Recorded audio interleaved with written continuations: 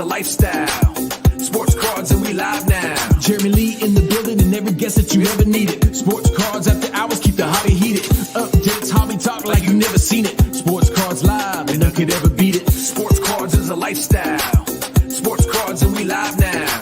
Welcome to another episode of Sports Cards Live with your host, JLee. All right, welcome everybody to episode number 234 of Sports Cards Live. It's Saturday night, July the 20th, 2024. My name is JLee, and I would like to thank everybody who joined us, watched and listened to last week's episode with Brett Miles. The feedback was amazing. I'm glad everyone enjoyed it so much. Fanatics Collect Live Hockey Weekly Auction Ending Watch Party is back tomorrow night with Josh Madigan of The Gong Show. Next Saturday, next weekend, no shows at all, as I will be at the National with all my National sports card friends. I didn't win the auction. I just had to put in a bid on an auction. I was outbid. Anyway, I'm excited for the National next week, but no shows next week on the channel, guys. Everybody, Filth Bomb Breaks, everybody. Filth Bomb Breaks offers live case and box breaks, and they do so with responsibility and integrity. If you enjoy group breaks and are looking for a company to break with, check out Filth Bomb, streaming on Fanatics Live on 4 channels, 7 days a week. Also, if you're looking to add a grail to your collection, make sure to check out Fund Your Cards, the hobby's leading consolidator. They will help you finance the purchase with your own cards. Visit fundyourcards.com and tell them that I sent you. And also, new partnership, very excited to announce Mint Inc. is joining the channel. Mint Inc. is one of the leading hobby brands in Canada. They offer a full range of services, from in-person shopping and live event experiences at their 2 Toronto locations to online shopping with worldwide shipping, live shopping, auctions, breaks, grading, and more. Mint Inc.'s primary focus is to bring the ultimate hobby experience to collectors in Canada. I'm excited to have them partner with the show and every episode of Sports Cards Live, starting with this one tonight, through to the end of 2024, they will be giving away a $50 gift card that is valid in their online store at mintinc.ca. We'll be doing that a little bit later tonight. I'd like to shout out Hobby News Daily for the great content that they put out every day on hobbynewsdaily.com. And Leighton Sheldon of Just Collect will be joining us for the Vintage Spotlight segment a little bit later tonight. And also our spin-off podcast, its own YouTube channel and podcast, Vintage Spotlight, episode 3, dropped today on YouTube and yesterday on your podcast platforms. Guys, also, this podcast is available wherever you get your podcast, Spotify, Apple, everywhere else. Please follow, subscribe for free, leave a rating and review. Would greatly appreciate it. Thank you for that. And as always, I want to thank all of our loyal viewers and listeners for your ongoing support of Sports Cards Live. Coming up on 4.5 years here now, guys. If you're not yet subscribed, please take a moment and do so. And as always tonight, your comments and your questions are in play. We have 2 guests tonight. One of them you've seen here a few times before, but the other one has been a lifelong hobbyist. He founded CIA Auctions just last month. I believe they had their first auction over the last month or 2. He's from Dallas, Texas. His favorite athlete of all time, Kurt Warner's favorite team of all time, is the Arizona Cardinals. Let's bring him out. Jeremy Donson, welcome to Sports Cards Live, the Texas Snowman. If you watch Chris Sewall's channel, you know that. How are you doing tonight? Doing great, man. Thanks for having me. You are well. Hey, man, it is great to have you. Let's bring out Mr. Baseball Card Collector, Investor, Dealer, in that order, Chris Sewall. Also here on the show. What's going on, Chris? How you doing? Sorry, one second. I just got to pay for this Connor McDavid card that I just money yeah, about. I'm putting a bid in too, guys. Very funny, you guys. Very funny. It was a Connor McDavid card that I just bid on, and I did not win it. I came in with 2 seconds left. With the card was at like 275. I came in at, I think, 388, and I was auto outbid. It sold for $393. This is the card that I was bidding on. It was the Outburst Red, numbered out of 20. Look at that card. Oh, nice looking card, yeah. Isn't that gorgeous? Yeah. Okay, so you were just outbid by 1 bid, but it was an auto bid. So who knows how high they went? Yeah, the guy who was winning with 1 second left probably thought he had the card for what did I say, about 2 low 2s, and 227 maybe. And then I came in and I, unfortunately for him, but I wanted to win it. I pumped up the price on the card on that guy by about $150. But I wanted to win that card and purchase it tonight, but I'll have to wait for another copy. You know how that goes, right? I mean, it happens. Yeah, it happens. It happens. Well, listen, it's good to have you guys here. And Chris, you've been on with me a few times, and it's always great to have you on the show. But we brought on Jeremy, who we refer to as the Texas Snowman. We got to figure out what that's all about. But in watching your channel, Chris, your content, you often have referred to your partner, Jeremy, the Texas Snowman. So why don't you tell us a little bit about your guys' relationship? Yeah, so we go way back to we can't figure out the starting year. I think it was like 2011 maybe. But he was in Arizona, I was in California. I went out and bought a few deals from him, and at some point it just made sense to partner up and start doing the deals together because we got along great.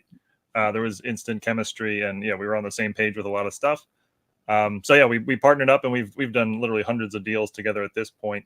The Texas Snowman name is totally random. When I first started, I started the channel as in Europe, and I started telling stories about past deals, and he was in a lot of them, of course. And so the picture I used was just a random one off Facebook where he's in a snowstorm. He's in Arizona, and it never snows in Arizona except it did one time, right? Mm-hmm. I started calling him the Arizona Snowman.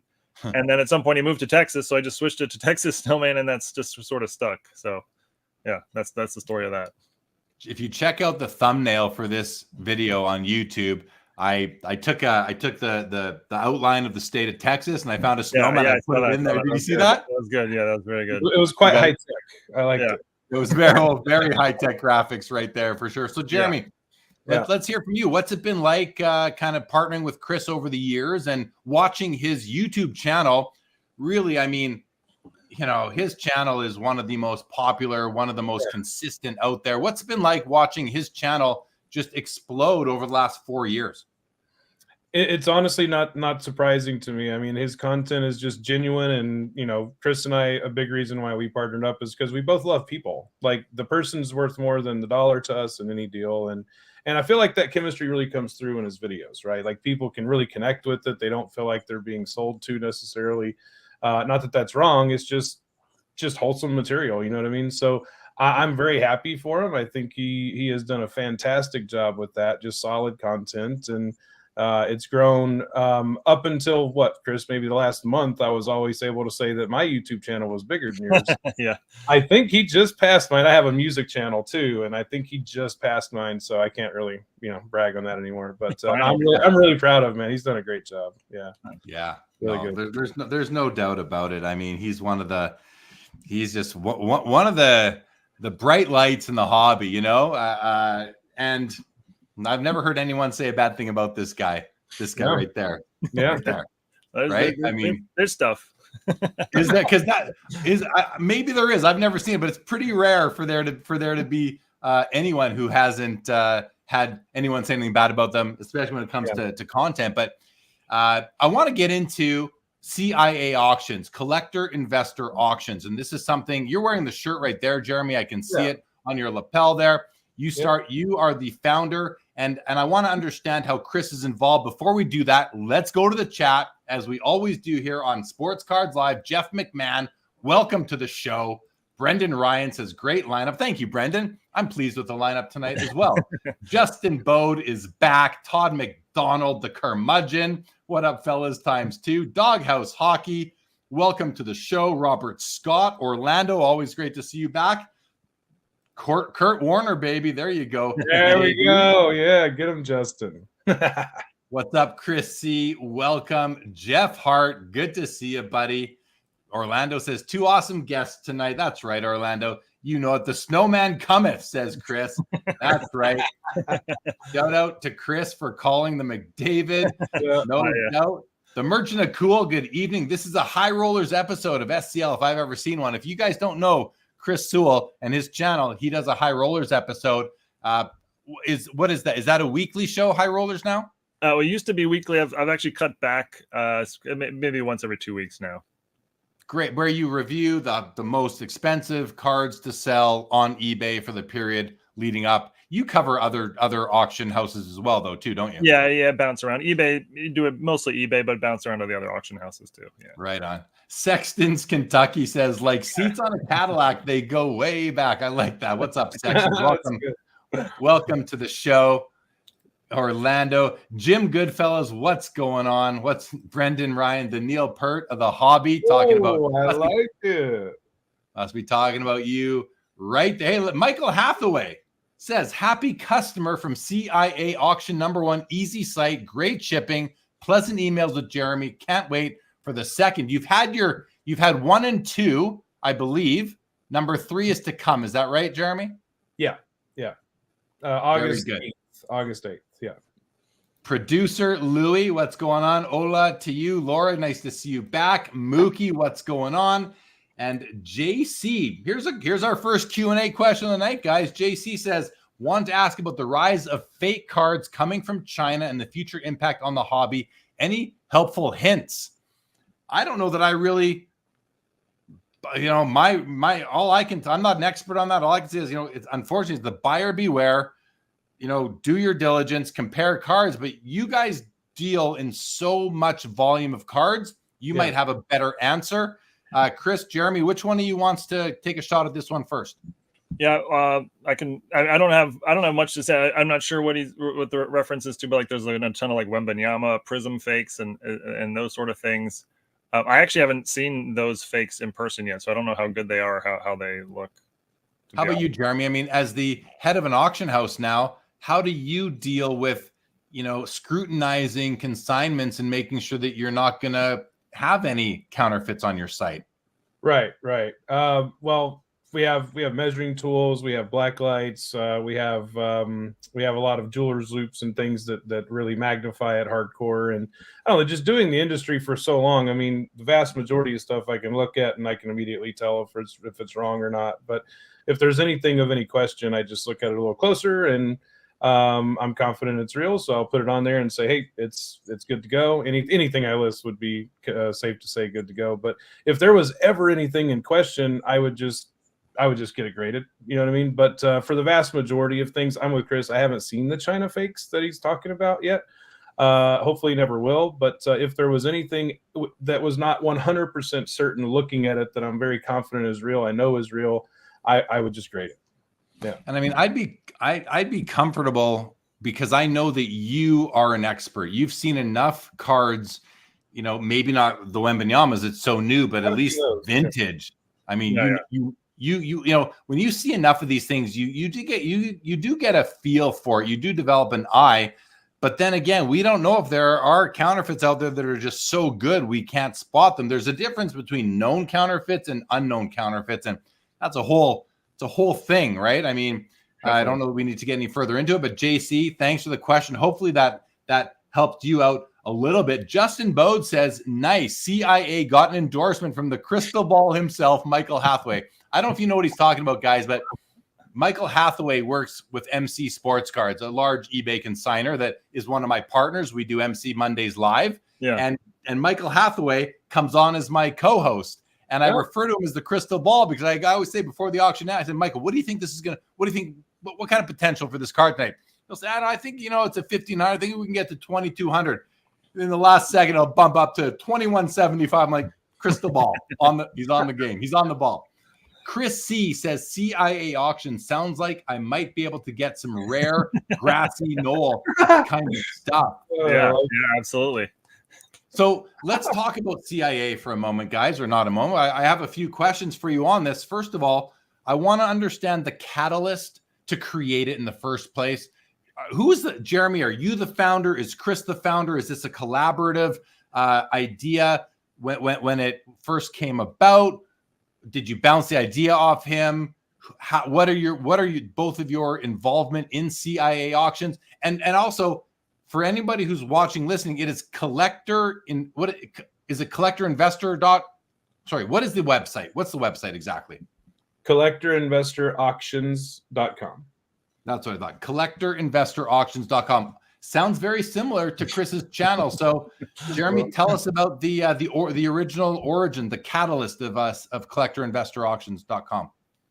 Yeah, so the catalyst was just Chris and I's relationship going back pretty much since I started in the hobby. Like you said, we were partners. Like when we partnered up, I didn't really know much. I had just started. I just found a lot of good deals, and he paid fair, and we hit it off. So the rest is history. But no, about 2 years ago, I had the vision for the auction house, and I didn't know what it was going to be called at the time. But I had the idea a couple of years ago, and just didn't seem like there was grace on it at that time. You know what I mean? Just didn't seem like it was time for it. But I told Chris about it, and he's like, dude, yeah, great idea. Love it. Yeah.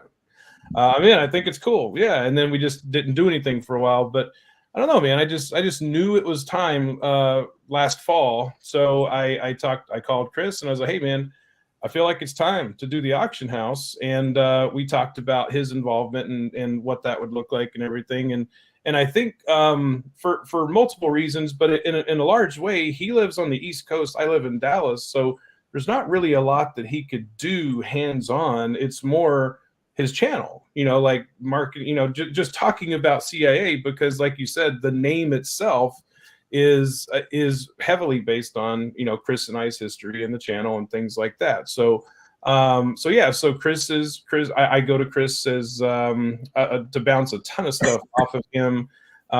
He has been really instrumental in helping me just feel like, okay, I want a second opinion. Do you think what I'm doing is good, or is there something better I can do, or is it just dumb? If it's dumb, tell me it's dumb. You know what I mean? So I don't think you ever said it was dumb, Chris. Maybe I just blocked that out if you did. No. Jeremy, no, but Jeremy's very detail oriented. Oh yeah, and which is a great thing. But yeah, he calls me looking. He wants to discuss every detail, and he wants to get it right. And that's yeah. I think that's my big role at this moment is be there to bounce ideas off of and discuss ideas and figure it out, and also to talk about it on the channel because I believe in it heavily. So. And the name Collector Investor Auctions, that's got to be related to the name of Chris's channel. Is that fair to say, Jeremy? Oh, 100%. Yeah, 100%. Yeah. I mean, I think it's brilliant, to be honest, because you've got Chris has built himself an amazing brand on YouTube, as well as, I mean, Chris, you have parlayed your YouTube channel into sourcing collections to feed your sports card business. To what degree are you now sort of funneling cards to CIA? Are you using your connections, your sources because of your channel to get consigners? Is the wrangling of consigners, does that fall upon you, Jeremy? How do you guys sort of balance that between your buy sell business and the auction business? I imagine there's got to be a little bit of stress around that, if that's fair to say. Jeremy or Chris, go, whoever first.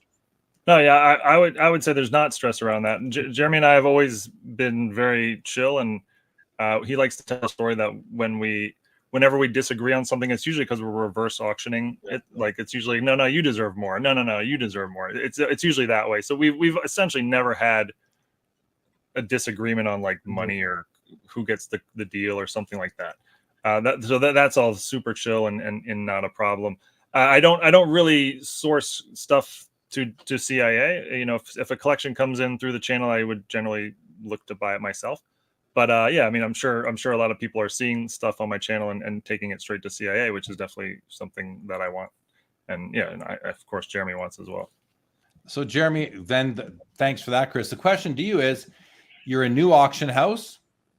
How are you sourcing consignments? Tell us about some of the challenges of creating an auction house in a crowded space.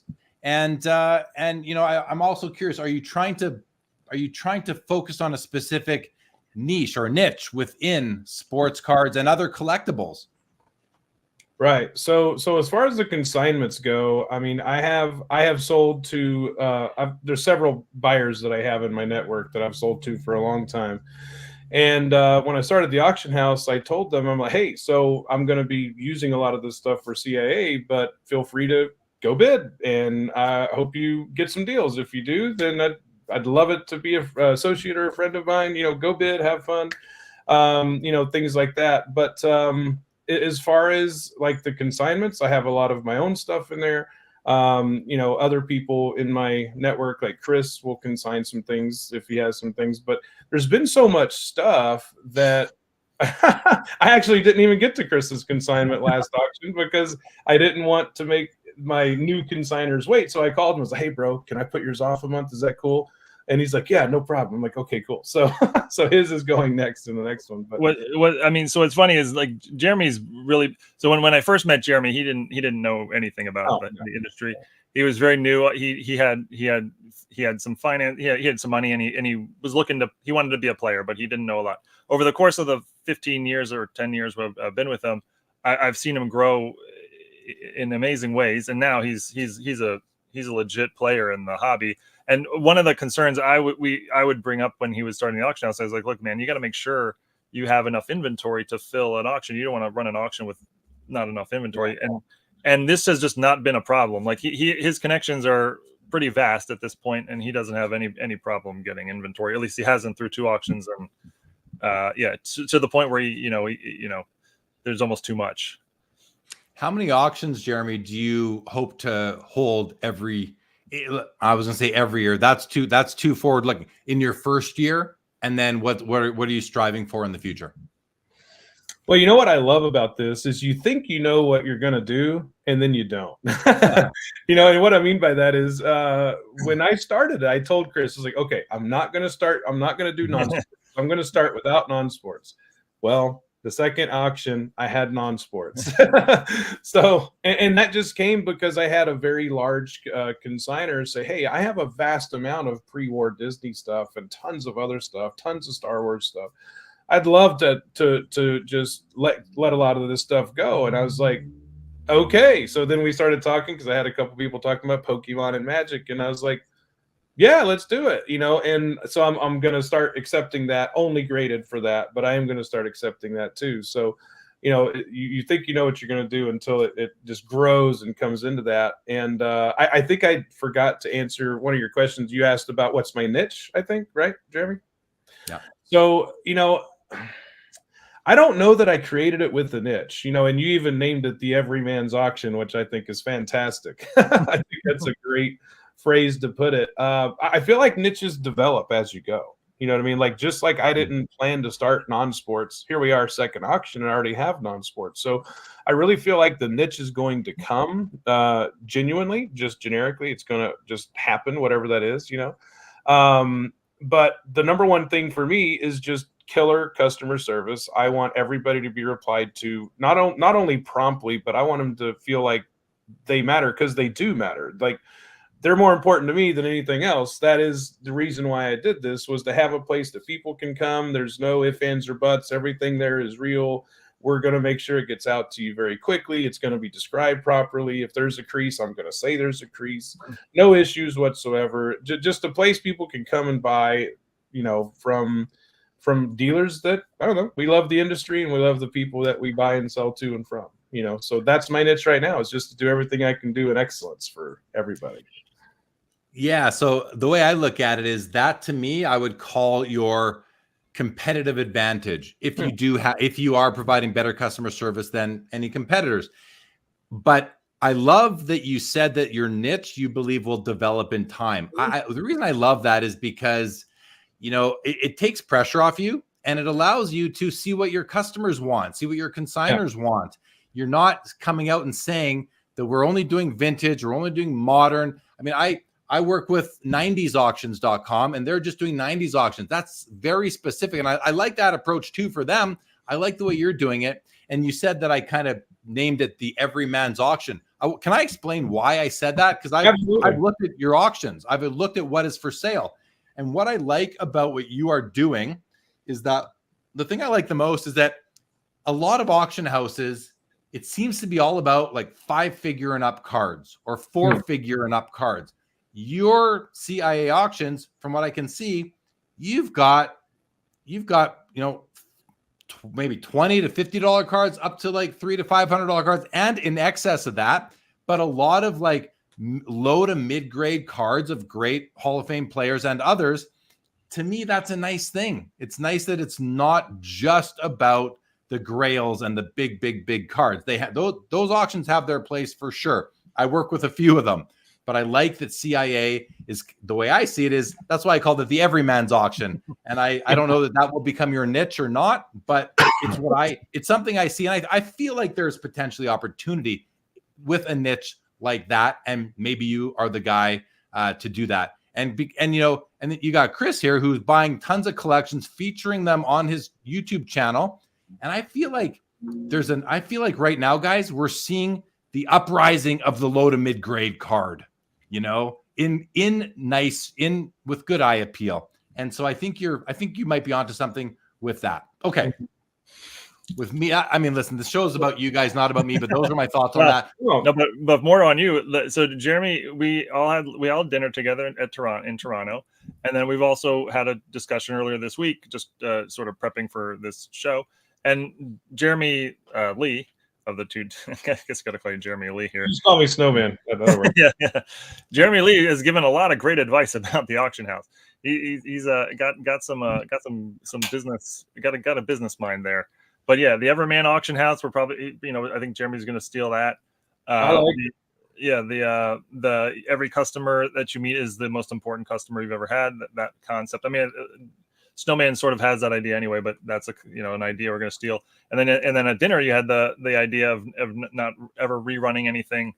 I don't know if you remember what I'm talking about a little bit. I wasn't sure what you were getting at, but I remember it now, and I think it's a great. I think that was a great idea. And that's well. Hold on. Can you explain how you heard that? Because I'd like to hear from the audience what they think about that. Because everybody watching right now knows about. They all know about the former PWCC, now Fanatics Collect. They know about they know about the MC sports cards. The REAs, the Slab Sharks, the guys I work with, of course, 90s auctions. They know about these guys, but can you Golden, like all the auction houses, with what you in the chat right now and listening know about auction houses? Listen to what Chris is about to explain. And this was my idea, but I think it's a good one. I want to hear I want it to be validated by the chat or not. Poop on it if you want. I just want to hear what you think. Right. Yeah. So this was completely Jeremy Lee's idea. And at dinner, when he said it, Donson and I were both, Snowman and I were both like, yeah, because one of the big problems that happens on eBay too. I mean, all the auction houses you see, but you'll see a card and it will sell, and then you'll see it again the next week, and then it will sell again, and then you'll see it again the next week, and you'll sell again, and you're like, what is going on? And it might be totally legit, right? Somebody might have just bought it and resold it, or somebody bought it and they didn't pay and they relisted. But often it feels like there's manipulation going on, and probably sometimes there is. So a rule that Jeremy Lee said for the auction house is, the same item cannot be relisted within a 6-month time period. And it seems like a simple rule, but it seems like something that would prevent a lot of, potential gray area, things that you want to avoid. Yeah.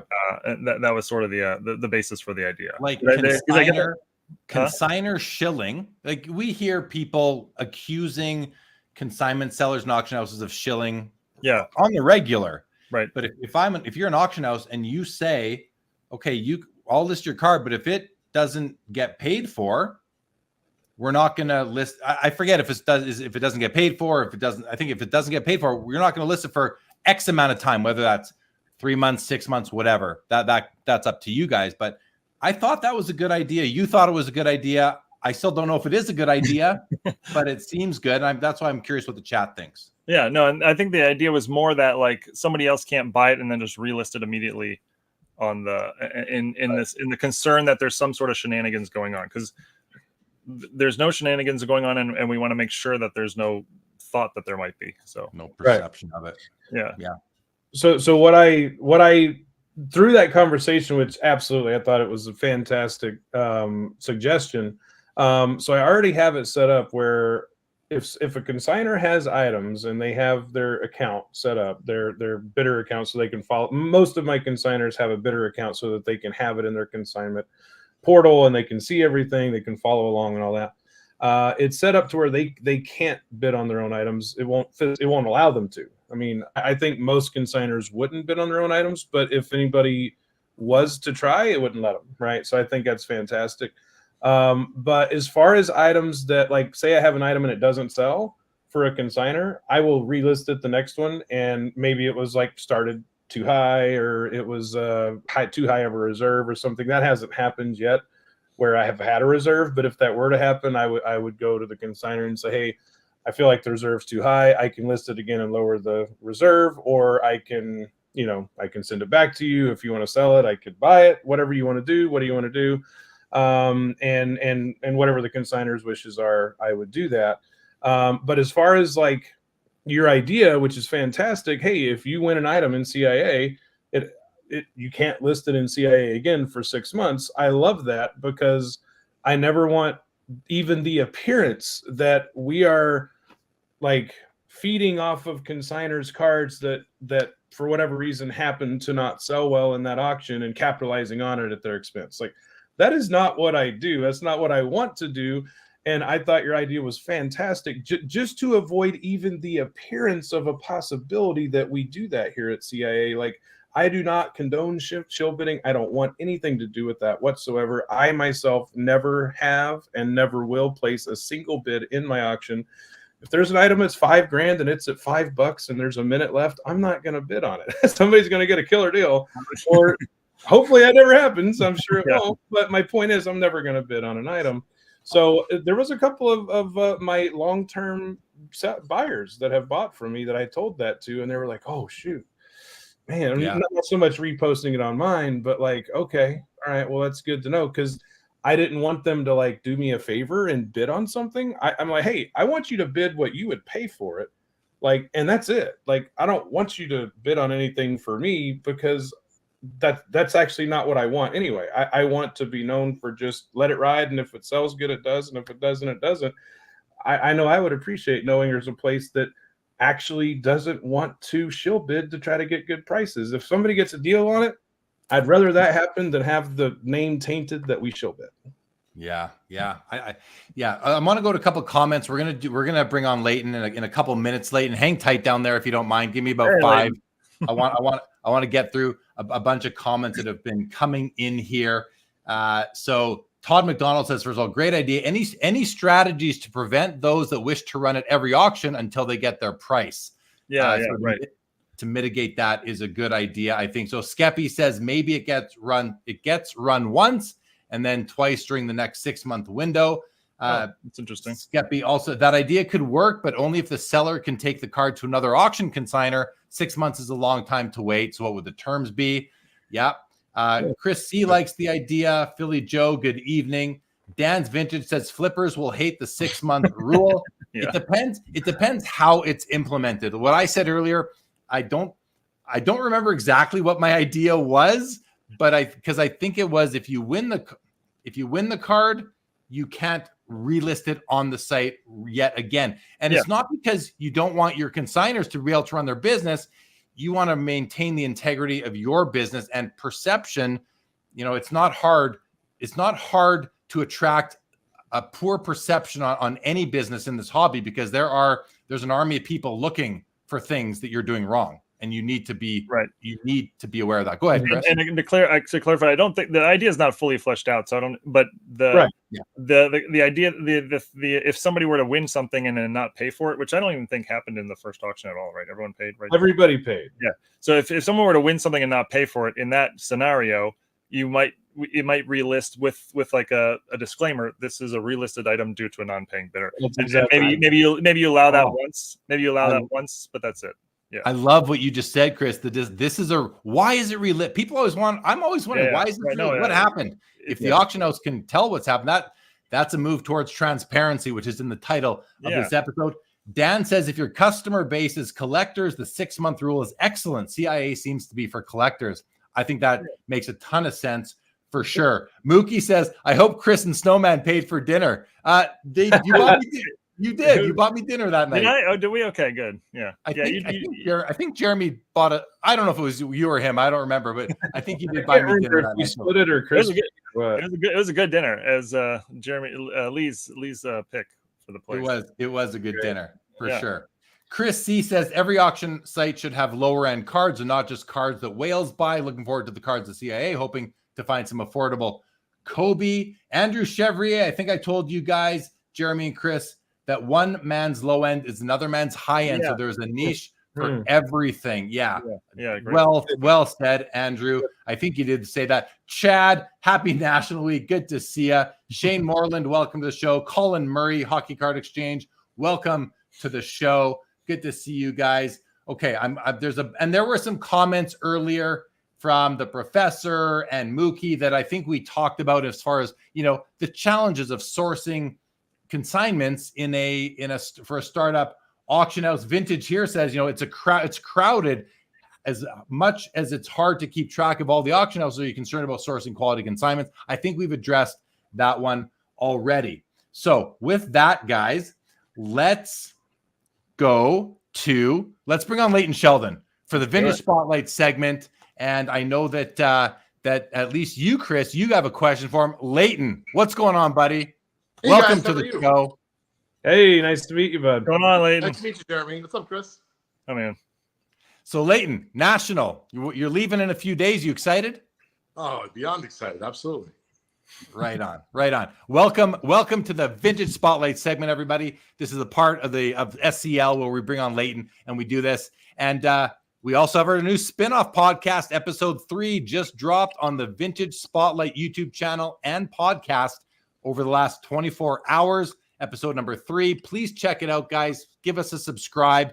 Listen to these episodes. The episode 3 went about an hour. We talked national and we had a guest. Jeff Hart was our guest. We had a great episode. But I want to get into this segment here, and let's go to you, Chris, because I know you have a question for Leighton. Why don't you ask him your question? Yeah, well, so Leighton and I know each other. We've done a couple deals together at this point, smaller ones, I guess. But I wanted to ask more of sort of like a personal question, more like how did you get started? But what were you doing before cards, and what sort of led you to the transition into cards as a career? And how long did it take you before you were convinced that this was your full-time life? Sure. I mean, that's a lot of heavy stuff, Chris. Yeah, go. It might require a gathering international, but I'll try to be succinct for Jeremy's show tonight. First off, listen, I fell in love with baseball at a really young age, the sport itself. And then, from there, I think like many kids, at least when I was a kid growing up, it was popular to dream about becoming a professional baseball player. So legitimately, Chris, I couldn't tell you the age probably until I was like 14. I legitimately thought I was going to play professional baseball. Yeah, me too. I was gonna be a shortstop for the Orioles. So yeah, but I don't care if I was going to play in Japan. It didn't matter to me. Like, I'm not saying the major leagues, but some sort of league. Well, I was going to play not the majors. California Penal. Quote a little major league. But anyway, Chris, that grew into collecting cards, and eventually in my teens, because I was running out of money, but I had a lot of cards, I set up with a couple of buddies at a young age, and I split a booth, three ways actually. And so fast forward from there, I was buying and selling cards when I went to Rutgers College. And I wasn't convinced I was going to get a regular job when I was done with school, but I was fairly certain, Chris, even though I still hold out hope the Jets are going to call my name because they still need a quarterback. I'm not convinced Rob is the guy, even though I'm not that much younger. Well, actually, no, I might be the same age, Rob. Just kind of crazy. But anyway, to get back to center here, when I was going through college, I really wanted to graduate and be happy with my job. And a funny thing happened as I got closer to graduation and freedom, because I was putting myself through school. I didn't listen to anyone anymore, or at least, mom and dad, if you're listening, I still love you, but I didn't really care what they had to say about what I was going to do. So actually I looked into working for the Yankees, and they didn't pay legitimately with a college degree, Rutgers School of Business. I couldn't get anywhere. Like, best case, you could have got minimum wage. Maybe they're going to give you money for meals. Fast forward, Chris, I'm like, I guess I'm going to take the corporate job I'm going to get with my marketing and finance degree from Rutgers. I punted. I decided very early on to take a shot. I contacted Mark Murphy, the baseball card kid. Legitimately, instead of taking a corporate job, that paid, decent money, what the job offers were in 2000. I decided to go into baseball cards full time. Mark offered me a full-time job, and I treated it very seriously. And I went from there to Leland's, which is an auction house that almost everyone knows in the hobby. And, I pretty much knew from there, Chris, that I was going to try to stay in cards or the So hobby. you were never on another path. No, I was to play professional baseball. I'm not.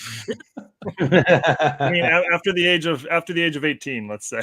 I mean, listen, when I went to Rutgers, there was probably many a night when I told buddies over drinking beers, "Hey, I think I'm going to sell cards when I'm done with school." They're like, "What are you, a moron? Go work at Leighton Touche or go work at Price Waterhouse."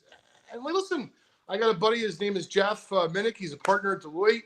Followed a great path. He does very well.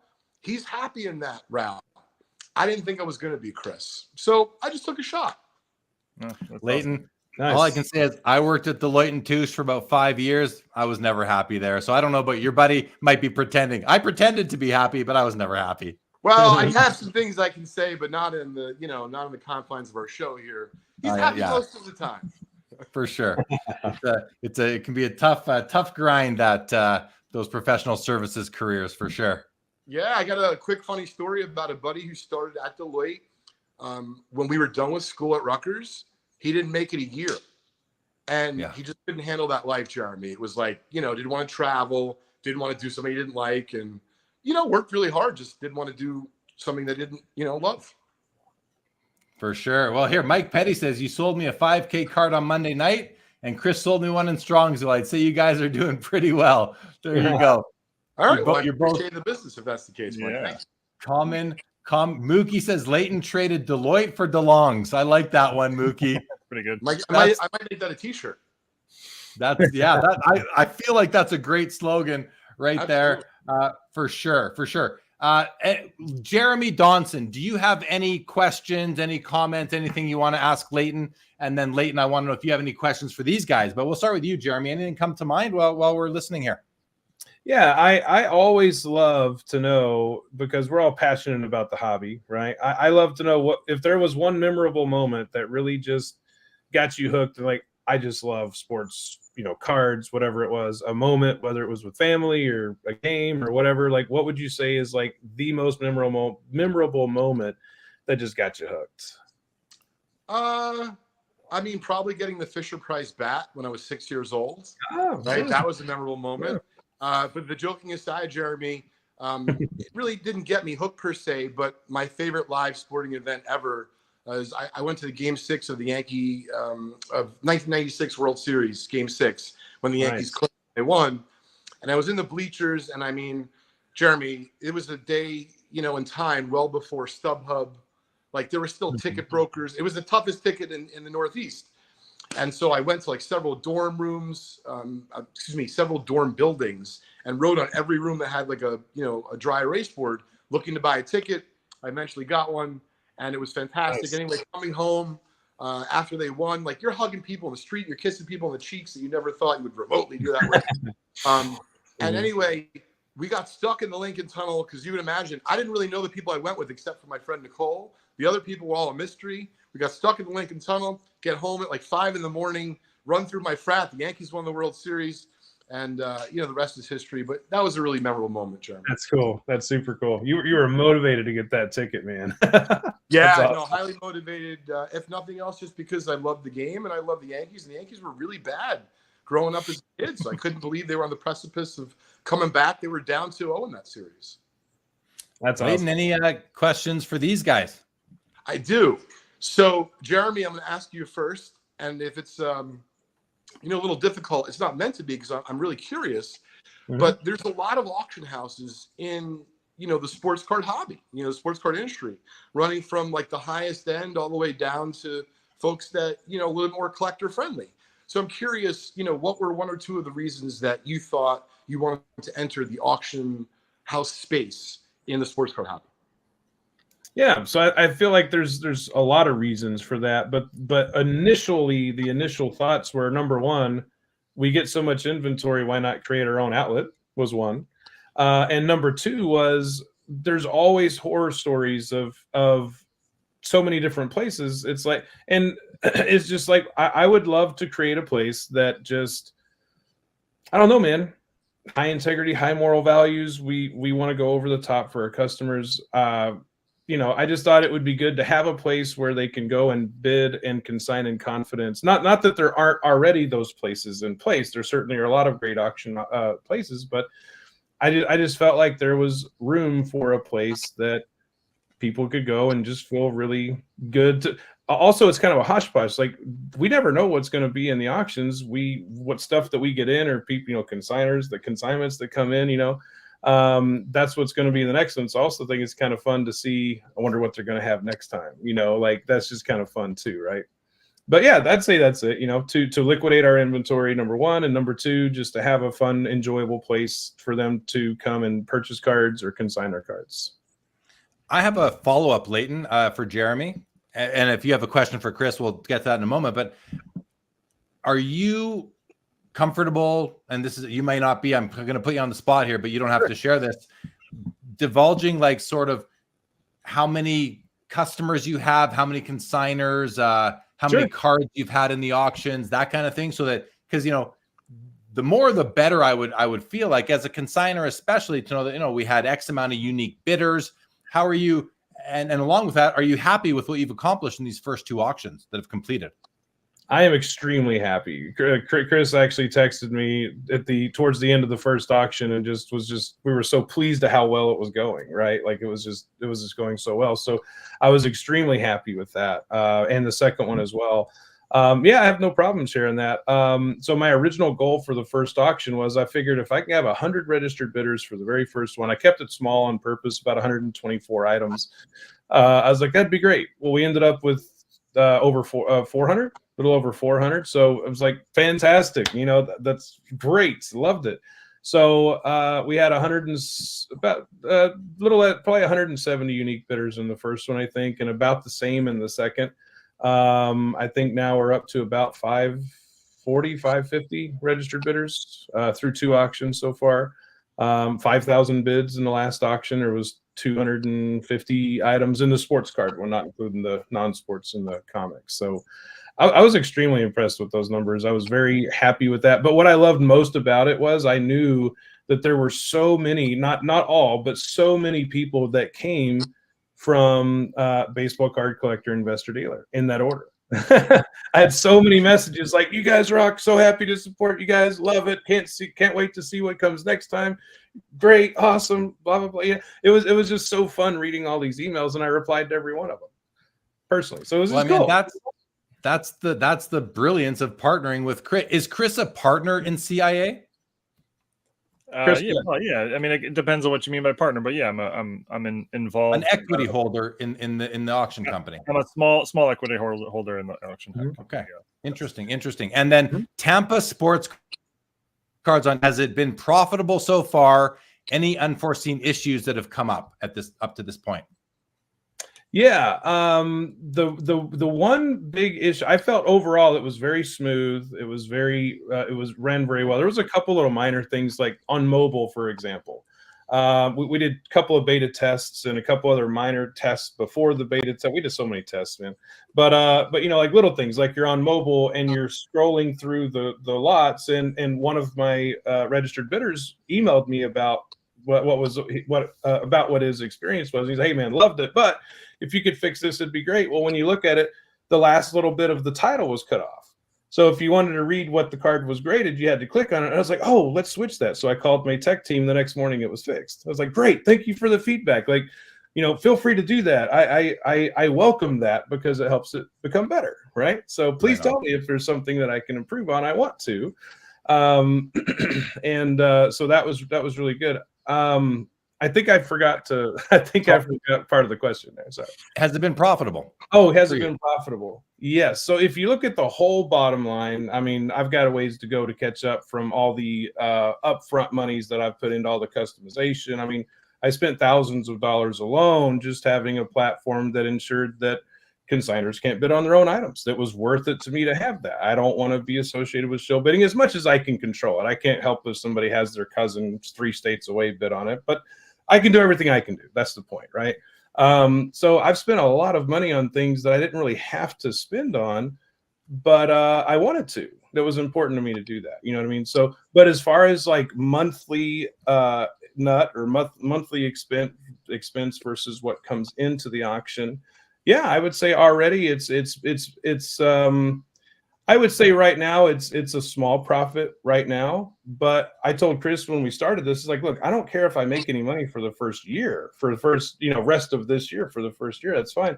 I want to grow it. You know what I mean? Like the first auction, for example, I did 10% buyer premium and I did 0% for the two most valuable items that somebody won up to $500.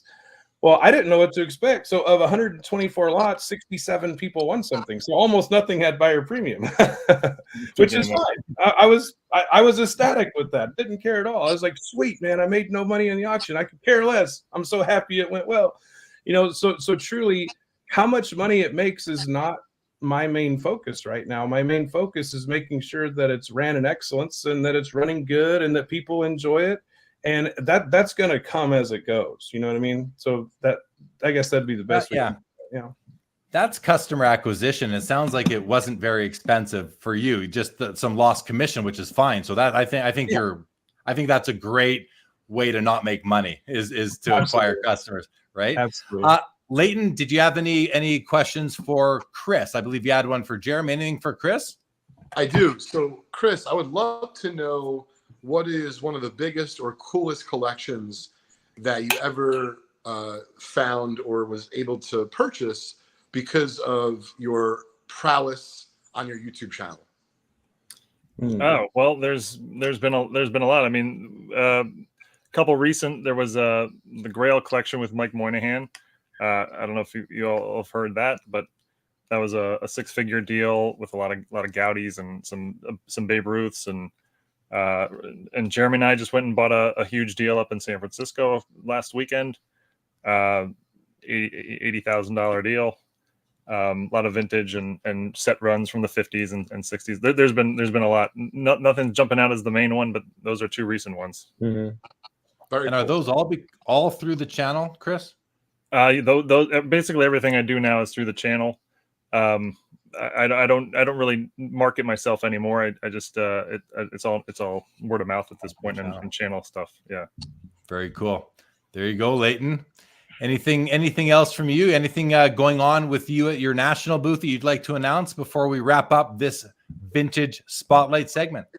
Well, two things. So one, if you guys want to check out my YouTube channel, we just dropped a video on a really cool collection that we bought recent with all those T206 Hindu backs. So check it out at Just Collect on YouTube. And then next Saturday at the National, we're going to be opening up a 1967 Topps Baseball Second Series rack pack on behalf of Vintage Breaks. And that's the Mickey Mantle series. So there's like 3 spots left, I think, on our site, vintagebreaks.com. I'm really looking forward to opening that pack. So check it out if you're at the National. Very nice. Leighton, thanks. I'm looking forward to seeing you in just a few days. I'm sure these guys are too. They'll stop by. I'm sure they'll be by your booth. I know I will. Do you guys have a booth, Jeremy and Chris? Yep, we do. Okay. Is it a CIA booth? Is it a CIA auctions, or is it a baseball card collector, investor, dealer booth, or both?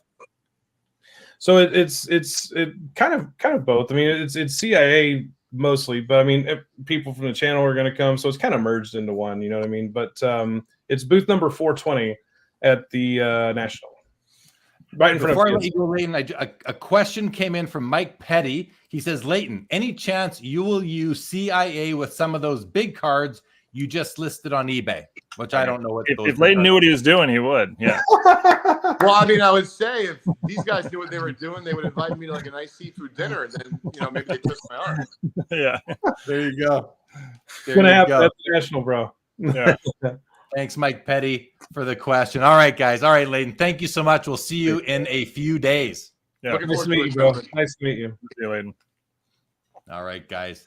Thank you to Leighton for jumping on with us, guys. All right. I got a bunch of questions from the chat. Okay, yeah. Bring them on, says Chris Sewall. All right. Mookie Chilson, any consideration for a run over by a truck vertical at CIA? I see trashed cards that do amazing numbers for Greg Morris. So first of all, Chris, what is the run over by a truck vertical? And then Jeremy, you can let us know if there's any plans. Yeah, the run over by a truck division is a card that looks like it was run over by a truck. It's usually heavily creased and has major damage. Yeah. Chris, or Jeremy, any plans to I like it's funny because you can do whatever you want. It's your auction house. Yeah. I think there's huge merit in having a sort or having Chris. Having Chris go through the auction before it's live and putting the cards into certain divisions that he has made famous on his YouTube channel, and then people can serve. Guys, I think that's you owe me another dinner. No, me and Mookie Chilson anyway. Supersized fries. What do you think of that, Jeremy? Oh, dude, I was laughing and smiling the whole time as I read Mookie's comment, because literally we just had this conversation that, hey, is it a good idea to put run over by a truck division as a subtitle on some of these that are really rough, or blazer division on the super sharp ones? And it's like, yeah, I think it's a great idea. Fantastic. Okay. Literally, that's what I'm going to do. Starting next auction, we're going to have blazer division run over by a truck. But the thing I like that I actually never thought of, and Chris, I don't know if you thought of this either yet, was Jeremy said having Chris labeled them. I think that's an even better idea instead of me labeling them. I mean, even though Chris and I have been partners so long, we hugely think alike on most everything. I think that's just kind of cool that Chris labeled it. If Chris wanted to, that's up to Chris. I think it's a great idea. Yeah. It's kind of like on the formerly PWCC, now Fanatics Collect, where they have their own eye appeal. Yeah. This is good eye appeal and horrible eye appeal sort of cards. And it's done by an individual who came up with these monikers. I think that's an awesome, it's a differentiator too. No one's doing that. I love that idea. That'll be the first auction house that has a low eye appeal label. I love it. Why not? Why not? This card looks terrible for the grade. Somebody out there will collect. Well, I guarantee you guys, somebody out there will collect run over by a truck division card. Yeah, definitely. Sure. I would. Sure. I love that. I love that idea, Mookie. Yeah. I hope these guys run with that. Hello to Warren in Cleveland. What's going on, Warren D? Apparently you and Mookie can't escape each other. Vintage card collector. Is Chris going after the 1980 Police Orange Ripken Jr. on Huggins and Scott? I thought it was a top grail card. Yeah, I know about it. I'm 45 minutes from Huggins and Scott, so I know about it. I'll watch it, but it's probably going to go higher than I'm going to want to pay. My ultimate goal is to just pick one of those up in a collection somehow and hold on to it that way. But yeah, I'll keep an eye on it. Very nice. Stukes, Leighton's gone. Sorry, just seeing that one now. Larry says, I wouldn't consign. Okay, this is back to this like 6-month rule, which is not totally flushed out. But he says, I wouldn't consign if it didn't sell and I had to wait. PWCC Now Fanatics had guardrails against shilling, but even the new PSA vault sells about 2 of the 12 cards I sold when unpaid. You would relist it with the wording, hey, this has been released because of an unlisted buyer. But you wouldn't let that happen like over and over and over, I think. No, I wouldn't. Of course not. Yeah. Like I would list it once. I mean, I think the likelihood of something not selling is extremely low, first of all. But if we're talking more about somebody that doesn't pay, what's that? That's what I meant. Sorry, if somebody didn't pay. Okay, right. So if somebody doesn't pay, so I've actually had, and by the way, I welcome any and all corrective criticism, thoughts.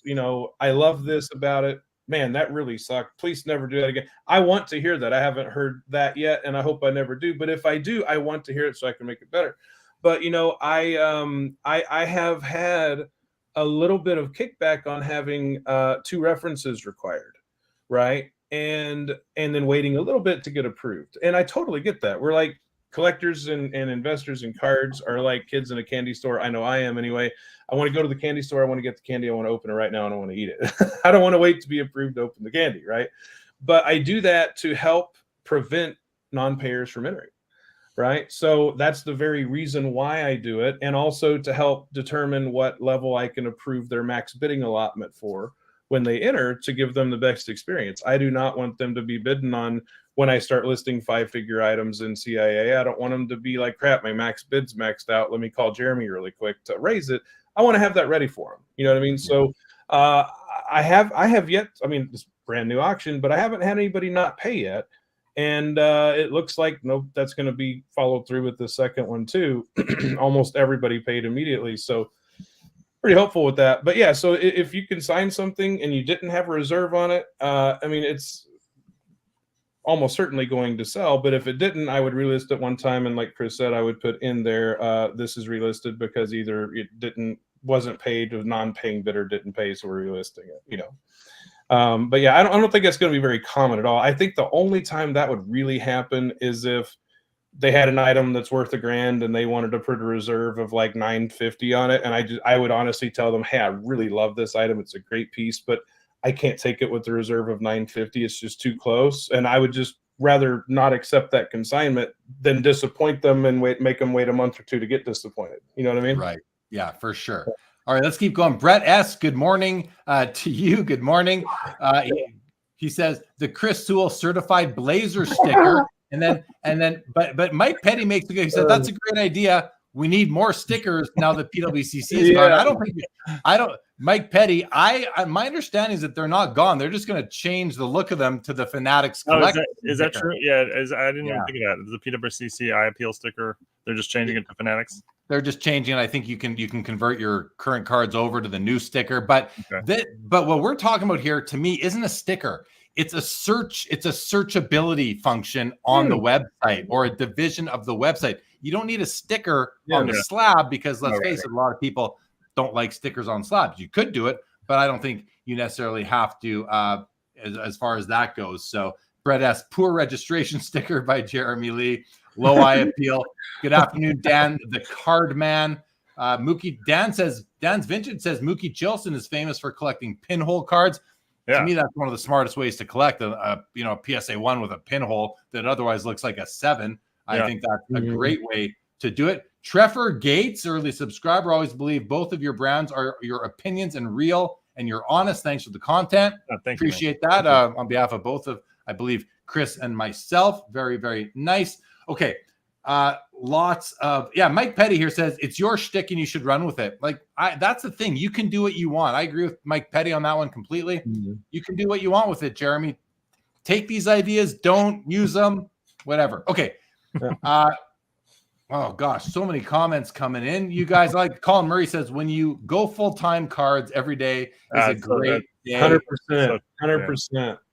100%. Yeah. Chris C says, will CIA have a lot of ungraded cards also? I can't afford the high grade stuff, so raw is where I mostly try to find deals. I'm just a regular roller. Jeremy, your thoughts on that comment? I absolutely, Chris, intend, no matter how many consignments I get of 5, 6, even 7-figure items, I never want to alienate the regular roller. I have no plans of intending to do so ever. And I don't see me ever doing that, no. So I feel like you're always going to have some stuff at CIA, regular rollers level, raw and graded, yes. There you have it, Chris. See, Andrew Chevrier says, Chris is a great ambassador for the hobby. Even Sports Card Radio doesn't say anything bad about him. That's rare. Yeah. Thank you. Thank you. Yeah. Don't say anything more than that. You don't want to get on the radar. No, I love Sports Card Radio. Yeah. No, thank you for the comment, Andrew. Dan's Vintage says there's definitely room for collector-friendly auction houses, especially ones where you know the owners are legit. I mean, what's better than that, right, Chris? Was it you who said, no, somebody said recently, I like this point a lot. It's like, the world's got plenty of restaurants. You don't need another restaurant, but you can always use another good restaurant. And that's how I think about the auction house. Yeah, there's a lot of auction houses out there, but there's always room for another one if it's good. You don't want just another random one. Well said. Yeah, I think Jeremy's running it well. So I think that makes that's a very logical sort of comment.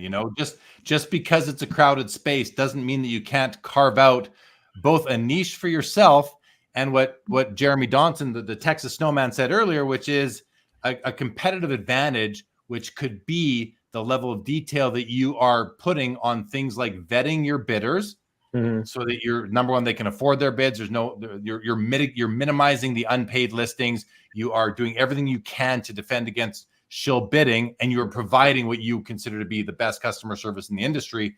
That's a great angle.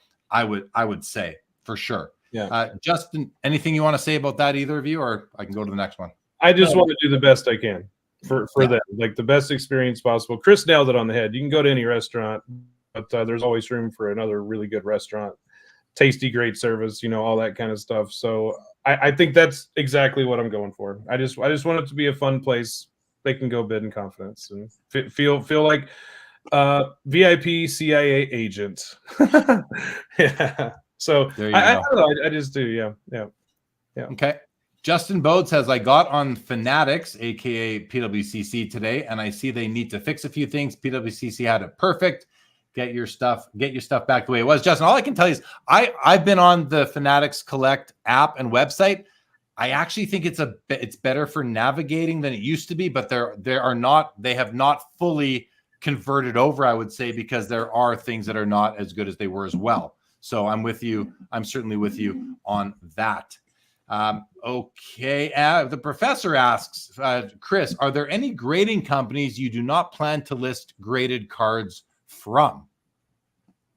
You mean me, or you're talking about CIA? I think the question goes to probably Jeremy Donson, if he is the main operator of the auction. But I have to think that, Chris, I mean, you are an expert in this area, and maybe you guys are talking about things like this. Like, let me give you an example of what I think Professor is asking here. I remember Ken Golden. I had him on my show, 3-4 years ago, and he said that he would not bring a new grading company onto his site until that grading company had been around for at least 5 years and proved that they were going to stick around. But I can tell you that just last week, 2 years into tag being in existence, they're now taking tag cards. So he's made an exception for tag. So I think, and I think what the professor is saying, like, are you only going to stick with the big four? Like I refer to the big four, stealing a term from the, the accounting professional services world. And I consider that to be, in terms of human grading, PSA, BGS, CGC, and CSG, SGC and CGC. Are you, Chris, thinking you only want to take cards from those kind of well-established grading companies? And would you not be willing to take cards from less established grading companies that don't have the reputations that those four do? Even all four of those companies do have hair on their reputation. Yeah, I mean, it's really a question for Jeremy, because he's the one who would make those decisions. I would. We've talked about it a little bit. Certainly, you take the big four, of course, and the easiest thing to do is just only accept those. But I think I don't want to speak for Jeremy, but I think tag. We've talked about taking tag, and I think we would. I don't know. What other companies you would consider. I mean, you don't want to go too far. You don't want to go, too far down the ladder where the companies are not, credible. But yeah, go ahead. Right. Yeah. So the big four are the ones I accept, of course. And then I would take tag. Yes. I think that tag has done a lot of good things. I would just it depends on what it is, right? Like if a major tag dealer said, hey, I've got 500 slabs I want to send you, I would probably say, well, let's do, a smaller amount for now, because I want to keep the ratio. Like, I don't want it to be 70% tag, 30% everything else. And I don't want to make his stuff sit for a long time. I want to be respectful to the consignor. So I would also take tag. Yes. Any other grading, like BCCG, I mean, it's Beckett. I guess I would maybe take that, but anything else, I'm actually not accepting, HGA and different things like that. Gem Grading Company, Mint, all that kind of stuff. ISA. There's so many other ones. I don't accept any of those. The day may come where I would, and I would just put it in a quote unquote junk graded lot or something. You know what I mean? And not that the grading company necessarily is junk, but it's not one of the notable 4 or 5 top options. You know what I mean? Yeah. I have a comment on that. And, to me, I'm so much about buying the card, not the grade, 100%. Paying for the card, not the plastic, not the paper label inside of it. Like, if I guess you sometimes have to ask the question, why is this 52 tops mantle in this whatever? I don't even know. Like, you know, I don't know. Nothing like ISA is run by Jason Kuntz. He's been in the hobby a very long time. He's been on my show. I don't know much about the grading company. I know that he's got people that like him, people that don't. I mean, not everybody trusts him and other people too. So I could see why you would just want to maybe avoid trouble with some grading companies. But at the end of the day, if the card is good, by your eye, by Chris's eye, does the slab around it really matter if the card is good? Mm-hmm. I mean, yeah, no, I think the slab does matter. And being in the, I mean, you can't tell always 100%. And it's really not, I don't want to speak for Jeremy. To me, it's not us to decide what's credible. Right. It's the industry, and the industry at this moment doesn't really consider a lot of the other companies credible, whether that's fair or not. And so if you list a card and it's GMA or, you know, something, a lot of new buyers might not know that that's not one of the important, you know, the recognized companies in the hobby, and might overpay for it, and things like that can happen. So I don't know, that's sort of the way I view. I mean, that's like how I operate my eBay store and things like that. Yeah. I think that's a perfect answer. I actually think I think that's a great answer right there. Even though I do feel like there's so much. It's like when we buy a graded card, it's not just the card anymore, you know, it's not the card. You are paying for the card, and then you're paying for the slab and the label around it. And, you know, just look at the difference between raw and graded. I mean, obviously it's but I think why I like your answer so much, Chris, is because what you said about new bidders, new people coming to the hobby that might come across CIA auctions and not know that they might overpay for something. I think it's a great answer. I just wish that there was a way. And I also, like I said, it's not up to you to decide what is authentic and what cards are good. And by good, I just mean like untampered and that kind of thing, you know, untrimmed, untampered, and all that. So authentic, of course, as well. And if you can't, you know, the first job of a grading company should be to authenticate the card. And if you can't trust the authentication, then I don't think you should take those cards as well. So I mean, like BCCG was such a manipulative company that, you know, they could claim everything was a 10 because it was really just, you know, 9 or, you know, mint or better was a 10. You know, a 6 meant poor, you know, a 6 was poor, 7 was VG. It was just the most ridiculous scale. And people didn't know that. A lot of new people just didn't know this. And so they're buying a BCCG 9 thinking it's a mint card, but it's really near mint. And, you know, I saw a lot of this, and you see that a lot of the less credible companies, they don't grade on the same scale as or they don't grade at the same standards as the others, and that's definitely true. And yeah, that I think there's too much risk of somebody getting burned there. Yeah, and Jeremy, if I may, everything. I mean, Chris and I.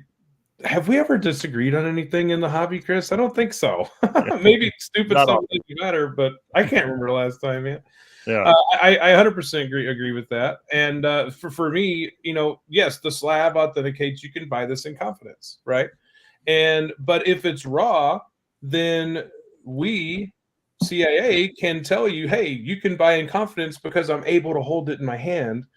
And I know that it's not trimmed and it's fine and it's real and it's all this because I'm able to hold it. If it's in a slab, well, I can't really touch it. I can't really maybe get an exact measurement because there's plastic in between, and it's really hard to tell a 32nd of an inch with plastic in between it. You know what I'm saying? So we can tell you, hey, yeah, this is legit. It's raw. It's good. It's authentic. It's not trimmed. Buy in confidence. It's EX, right? But we can't do that with the slab. I agree with that. Yeah, it's good. Yeah. Yeah, this is one of the things that you need to think you need to think about, and you need some sort of policy around, or at least a process to determine what you're willing to bring on. And playing it safe is probably your best bet at this point in time. Okay, let's go to some comments here. Thank you to the professor for that. Really great question. Yeah, great question. Mike Petty says your first auction was certainly better than Greg Morris's first try. I'll bid on your platform again. I canceled my account with GM after their first auction. Okay. Wow. Nothing. I don't. Well, thank you. Greg I appreciate that you liked it. Appreciate Sure. that you liked it. Dan's Vintage says Serious Auctions has a spot on the back end of the auction from lesser known grading companies. There you go. Okay, interesting. Not a bad idea. Foul Five Ball, whose name is also Jeremy, so there's three of us in the room here, says I collect cards, not slabs. I love it, Jeremy. Andrew Chevrier says KSA is credible here in Canada, and I believe KSA is the second oldest grading company in the world. I think they came out before Beckett and just after PSA. I remember seeing them in the 90s doing tours through Canada. Jeremy, you kind of had your finger up. What were you thinking about that? KSA is the one that I've had on the fence in my brain, right? It is very credible in Canada, especially. That's the one that I've been wrestling with. But on the site, I say I take the big four and tag. But KSA is the one. It's like, I don't know. Maybe that's a good topic of discussion because I'm leaning maybe towards incorporating KSA. I think wait. A lot of history. We got some more comments to get to, so just sorry, let's get to some more comments. Dan's Vintage says the only KSA card I ever bought in an auction came back trimmed when I cracked and resubbed to SGC. Now, I've shared that experience that Dan has with it was a Maurice Richard rookie card. It was a KSA 8 or 8.5. I took it to the National, gave it to PSA. I was so excited to get it. Crossed over to this is going back to probably maybe 2012, 11, 12, 13, a long time ago, over 10 years ago. I was so excited it was going to be, uniform with the rest of my PSA graded cards. And I open up that brown box, no slab in that new brown box, just a sticker saying evidence of trimming. And it ruined my trip, you guys. It ruined my whole trip to the National. I was heartbroken, absolutely heartbroken. So do you think you could have recognized the trimming today? Like if you had looked at the card in the KSA holder? No. And I don't know that it was trimmed. And here's the thing, guys. Just because PSA says evidence of trimming doesn't mean it was trimmed. No, I mean, they probably have a decent rate of being right, but there are going to be false negatives, and we know that they're not perfect. None of the grading companies are perfect, right? So, but did you explore it further, or did you just accept that it's trimmed, or did you try submitting it again, or what happened? Do you remember? So I had the card back. I went to the Expo the next Expo. I submitted it back to KSA. Came back at KSA 8. Oh, okay. So, I mean, I don't know. Now they've been grading cards since the early 90s, and like I said, I don't necessarily know that it was trimmed for sure just because PSA said it was, but it ended up moving the card, and I even know who I moved it to, and I told him exactly what happened. He knew what happened, and he was happy to take the card. So okay. It was actually the guy I got the original card from took it back from me. Oh, interesting. Yeah. Did you measure it after it got it didn't feel trimmed to you? Yeah. I did not measure it. No. Yeah. Okay. I did not measure it. No. Yeah. But I told him, I said, because I think it was a KSA 8.5. PSA didn't grade it. KSA graded it the second time, came back an 8. I said, this card that I got from you, and this was a big it was a big deal we did back in 2013. So I probably submitted it later 2013 at the National. And I said, this card that I got from you, PSA said was trimmed. Actually, okay. What happened was PSA said it was trimmed. I showed it to him I'm like, buddy, you sold me you traded, so whatever, a trimmed card. We took it back to KSA. They slabbed it, and then he traded it back from me and took it back. So yeah, I got out of it back to its original source. I don't want that card. And what would I have done if he didn't want it? I don't know. That would have been a tough situation. Tough. Yeah, right. Tough situation. So I mean, this is one of the reasons to avoid the other companies. I mean, right. Not that that wouldn't happen with the big four too, but yeah.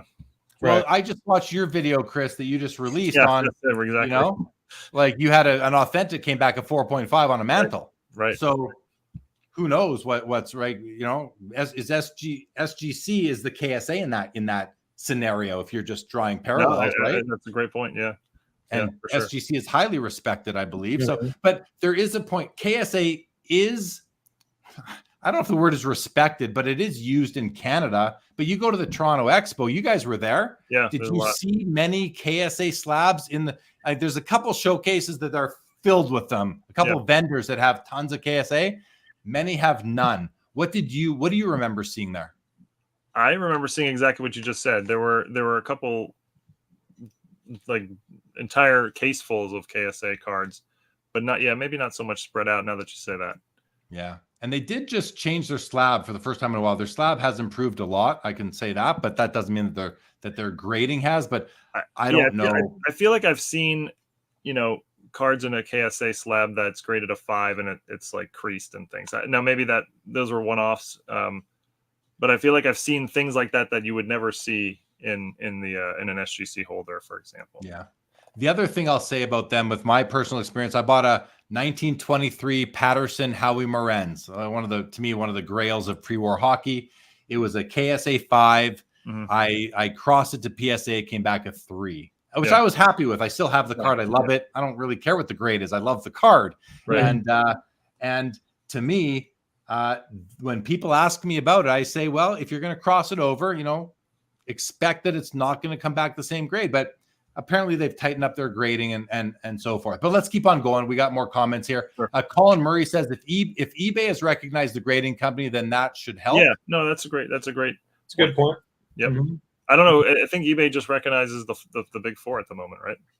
Well, you can actually. So I don't think so, because I know that when you go searching on eBay for cards, you can pick. They've got several. They got lots of grading companies. They have Tag listed. They have HGA. They've got several listed. Okay. I can't keep track of them all, just like I'm sure none of us can. Bobby Burrell says, did you have something to add there, Chris, or no? No, I didn't know that.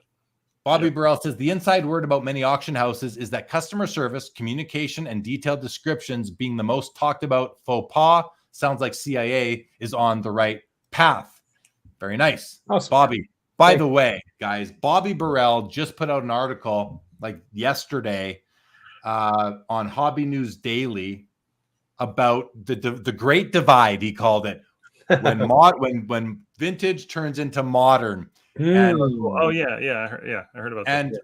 And first of all, it's so well written, Bobby. I thought it was one of your best articles, just in terms of the writing, the way you wrote it, but also I think he makes a lot of sense in it. And I have to admit I'm biased because his final conclusion does align with the way I look at it. And so I'll leave it to everybody. Go hobbynewsdaily.com and read Bobby's article. It's a great one. I am going to go read it. Yeah, you got to read it. Vintage Card Collector says, by and large, KSA is not credible. Spend 5 minutes on eBay and look at card condition and grades assigned. I mean, there's going to be cases of that for sure. Right. Yeah. Chris C says, even the big companies have flaws. PSA will deem a card min size if it doesn't precisely fit the slab. It doesn't mean it's trimmed. A friend resub to SGC and it got graded. That's a great point, but I think you have to point out, guys, and that I'm curious, Chris, if you feel the same way. When PSA sends back a card on grade and says min size, I don't think they're saying it's and I'm not saying Chris is saying this, by the way, Chris C. I don't think they're saying it's trimmed. I think they're saying it's too small for their slab. What's your perspective on that, Chris? Yeah, that's definitely correct. They're not saying it's trimmed. They're saying it's too small for the slab. That might be because it was cut short at the factory. It might be because it's trimmed, or it might. I mean, it's one of those two things probably. But they're not claiming it's definitely trimmed. If they know it's trimmed, they'll say trimmed. There's a category for trimmed. Right. Okay. Mike Petty says, I want to try tag, but they don't grade anything I collect. Yeah, they're just doing 89 forward still, I believe. I don't know. Are they planning on going back? Do you know? I don't know. I know they want to, but I don't know where they're at or when they plan to go back prior to 89. And just to, clarify, I am not at all involved in the day-to-day operations there. Mm-hmm. I might interact with Tag for about an hour a month. That's about my level. I'm an investor in the company and I believe in what they're doing, but I'm not involved. I love their cases. I would love to see them go back. I would love to see them go back. Oh yeah, That'd be me cool. too. I do love their cases. Yeah. Me too. Me I think too. they're awesome. Good. They're I so do as well. good. Justin Bode says everyone knows the KSA standard before they buy it, at least 90%. I'm not sure what that standard is, Justin, what you're getting at, 90% of what, but if you want to clarify it, I'd love to get a better understanding. Colin Murray says 51 Parkies are hand cut. Always remember oversized, trimmed to size. So what he's saying is, and I didn't know they were hand cut at the factory, but if maybe were they hand guillotined? Is that what, or were they like X-Acto knife or scissored? Probably guillotine. I don't know how they were cut, but that's an interesting and a very astute point to remember with some cards that would have been hand cut, that people where they were cut over size, they can be trimmed to get down to a more minimum or a smaller size. Okay. Stuke says KSA, from what I've seen, is about 2 grades off from other companies. That's Stuke's. That's how I look at it, because that's been my experience with crossing over. Yeah, for sure. Mookie, sounds like a fun experiment. Chris, buy 10 KSA slabs and try and cross them. Done. Done, right? Nice. Will you do that? Because I think it's a Great thing. idea. Yeah, I mean, I don't know. I don't know where I'd get them on eBay, I guess, but yeah, that's a cool idea. Colin Murray says KSA is recognized. I think he means by eBay there. I think that's what Colin's getting at. Jeremy at Foul Fireball says Tag seems like the only legit grading service, but only after they do vintage. I don't know why you. I don't agree with that, but I think anyway. Thank you for the comment, Jeremy. I'll just leave that at that. T Mess says Golden Auction sells trimmed cards and Beckett holders. I've cracked some and subbed to PSA and got the dreaded do not holder evidence of trimming. I mean, not only Golden sells those though, TMS, every seller on eBay sells those as well. Most auction houses will sell Beckett cards. Yeah. How do you respond to this, Chris? I kind of good. Yeah. No, go ahead, Jeremy. I mean, I kind of put BVG and KSA very similar, right? They both grade more generously than PSA and SGC. I've had trimming experiences with both of them. I kind of put them in similar categories, if you will. I had a BVG 8 Koufax rookie, and I sent it off to PSA, and they're like, we won't do anything with it because we feel like it's mini sized. And I was like, well, fantastic. So, I think it kind of goes back to a comment Chris said earlier, that when it comes to the slabs, we trust the third-party authenticator that, hey, they said it's an 8, so this is a BVG 8. This is a PSA 8. And like we said earlier, too, there's been cards we've sent into PSA and it came back trimmed. You send it in again and it gets a number grade. So according to the slab that it's in right now, this is an 8. And if we see anything notably wrong with it, I would certainly like to think we would disclose that. But to the comments about, Golden sold a trim card from Beckett, they may not have known because they just trusted the slab. I don't know. I don't know what the card was. I can't speak into that, but isn't it's such a delicate issue in the hobby. Because if we can't trust the grading companies that are the most utilized in the hobby, those big four, then why are we using them in the first place? Why don't we go back to raw? Because once it's in that slab, it's in that slab. And then especially a PSA slab, considering they're the big dog, what if it is a trimmed card in a PSA slab? I got to ask the question, does it even matter? Does it matter to the market? Does the seller, the owner of the card, do they care? Does the buyer of the card care? Because people seem to just want PSA over everything. So what does it matter if it's trimmed? Once it's in that slab, does that almost just equalize the fact that the card might also be trimmed? How do you feel about that, Chris? No, it definitely matters. I mean, I don't want trimmed cards in a PSA 10 holder. That's not. Of course it matters, but of course it matters. But the hobby, much of the hobby doesn't seem to care, is I guess what I'm getting at. But please continue. No. I mean, your point's well taken. I'm sure a lot of people would almost overlook that. It's in the 10 holder, and that's enough. And that's the power we've given to these companies, for right or wrong. That's where we sit now. I like to think that I'm by the card, not the holder as well. But yeah, the holder does matter. for a lot of reasons, resale purposes down the road one day, obviously probably the big one. But, I tend to believe when it is in one of these holders, it's good. Like, are 0.1% of them off? Yeah, probably. And so if I have 1,000 cards in my collection, there's probably 1 or 2 that are wrong. But I think in generally, if it's in a PSA holder, an SGC holder, or a SGC or a tag holder, it is what it is for the most part, and you can sort of trust that. And I think that's the value they do bring. I think we put too much power in their hands, but I do think there is value, significant value there. Yeah, same here. I think what it comes down to, just to kind of put a bow on this, guys, is what margin of error are we, the hobby, willing to accept from the major grading companies? Because like you said, Chris, you have 1,000 cards in your collection. That 10 of them are either counterfeit or trimmed, whether it's 10 PSAs or 10 SGCs, it doesn't matter. 10 of any of these good companies. There are it's like patch cards. I know I've got fake patch cards in my collection that are not proven fakes, but I know I do because I've got so many patch cards. I have there's that so the question then becomes, what is the margin of error that if you could audit, say, PSA completely and find out exactly what their error rate is, what the false when they're putting bad cards into slabs, what rate is that? What rate is acceptable to the hobby?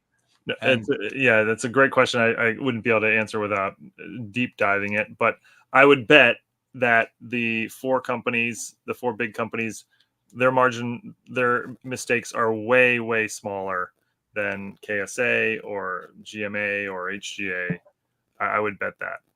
Okay, I would too. I agree with you there, but we know that these, especially PSA, has grown so much so fast. New graders coming in.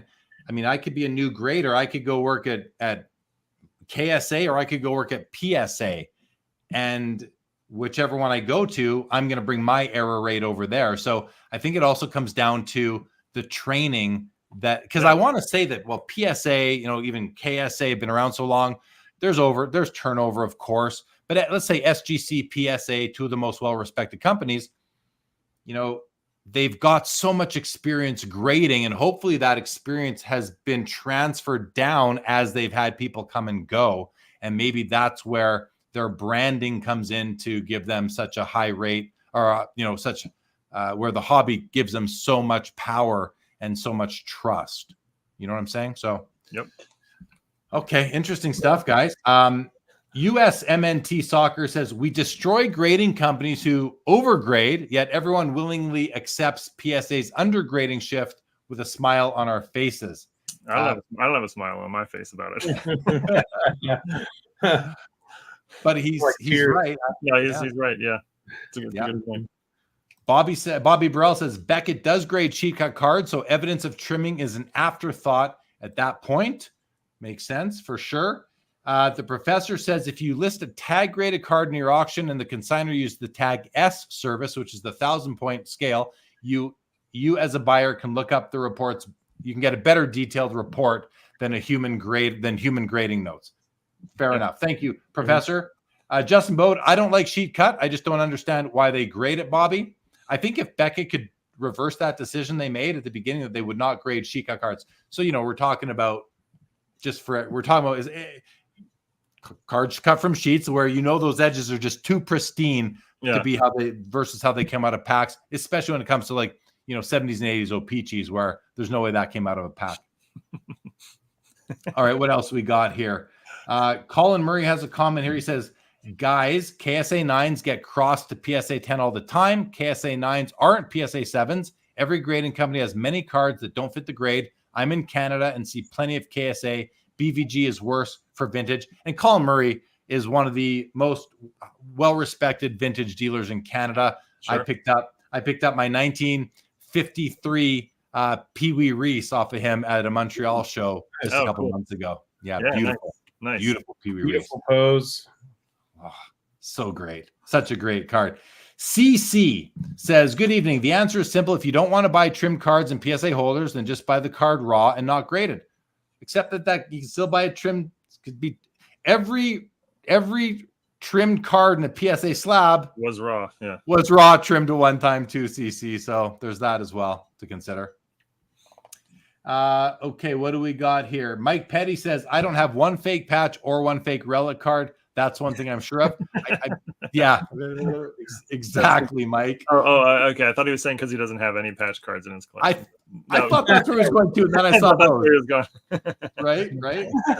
Professor says, I had a CGC 8 Gretzky crossover to PSA 10. I have no idea what to think. Whoa, Nice. Congratulations, I guess. Yeah, Right? Yeah, nice. Decoy Card says, a true blind test. Grade the same card with multiple companies, scan each one, then let people decide on which one they'd want from the scans. I mean, we could do like a big test, like take a KSA card, send it to PSA, crack it, send it to SGC, crack it, send it to Tag, crack it, send it back to PSA, crack it. It'll be expensive and time consuming, but maybe a good scientific experiment. I can tell you that 1.5 years. I can tell you guys that has happened. That there is a study out there that has happened. 200 cards. 200 cards. 200 cards went to PSA. Went to 3 of the biggest grading companies. Okay. And twice each to all 3 grading companies. It took a few years to conduct this study. Yeah. And I hope one day that study is released. I was gonna say, where is that? That's an amazing study. Is it? Okay. I'd love to. I want to see the results too. Yeah, that'd be awesome. Yeah, I would love to. I'm fortunate to have seen it, and it's part of what has driven my collecting behavior over the past couple of years, actually, because it's the one thing I can tell you is that out of all 200 cards, not one card hit the same grade 6 times. Not one card. That's not surprising. Yeah.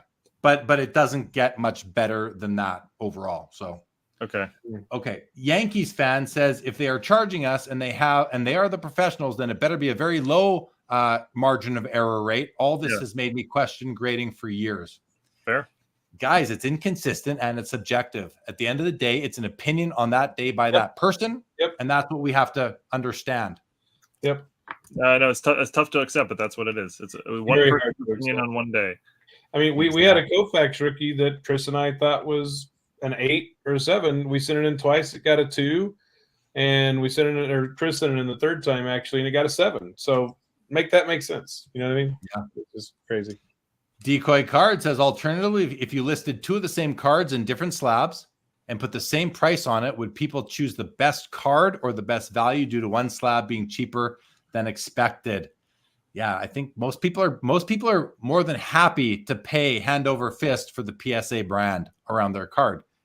Yeah, and one thing I think we're overlooking. I mean, the 3 of us are all experts, and probably most people watching are heavy card people, heavy in the hobby.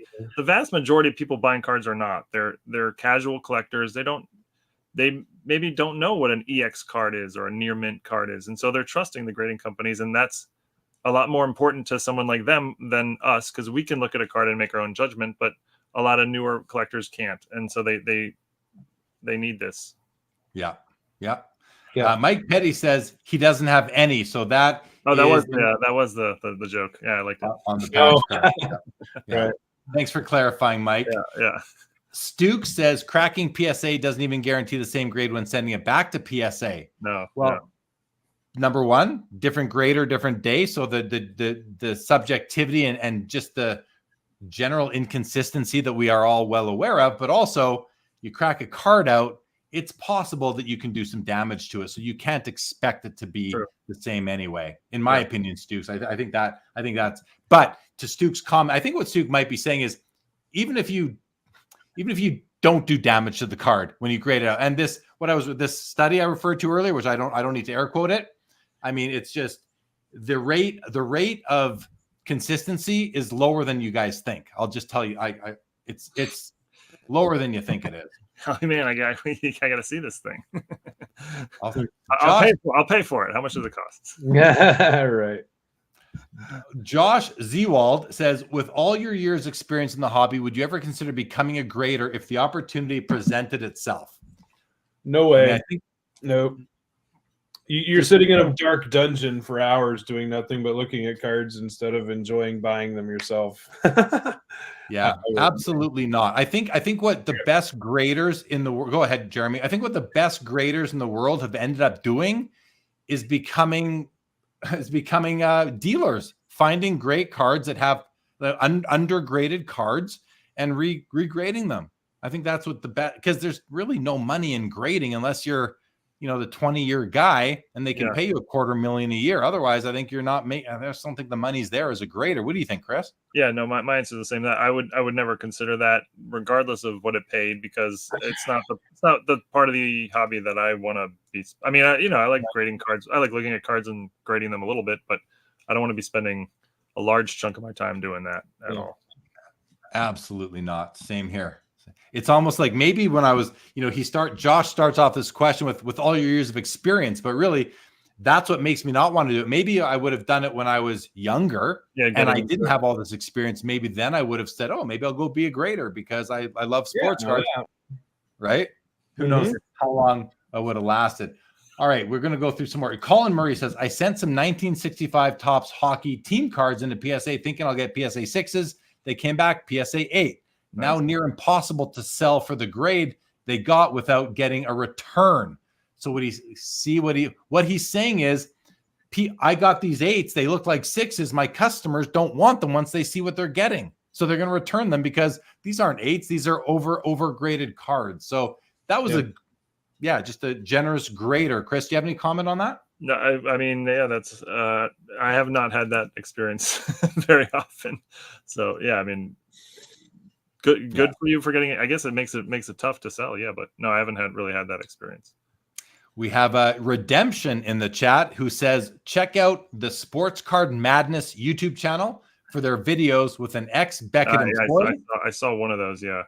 And I've watched both of them. And I didn't see it. Yeah, thank you for pointing that out, Redemption.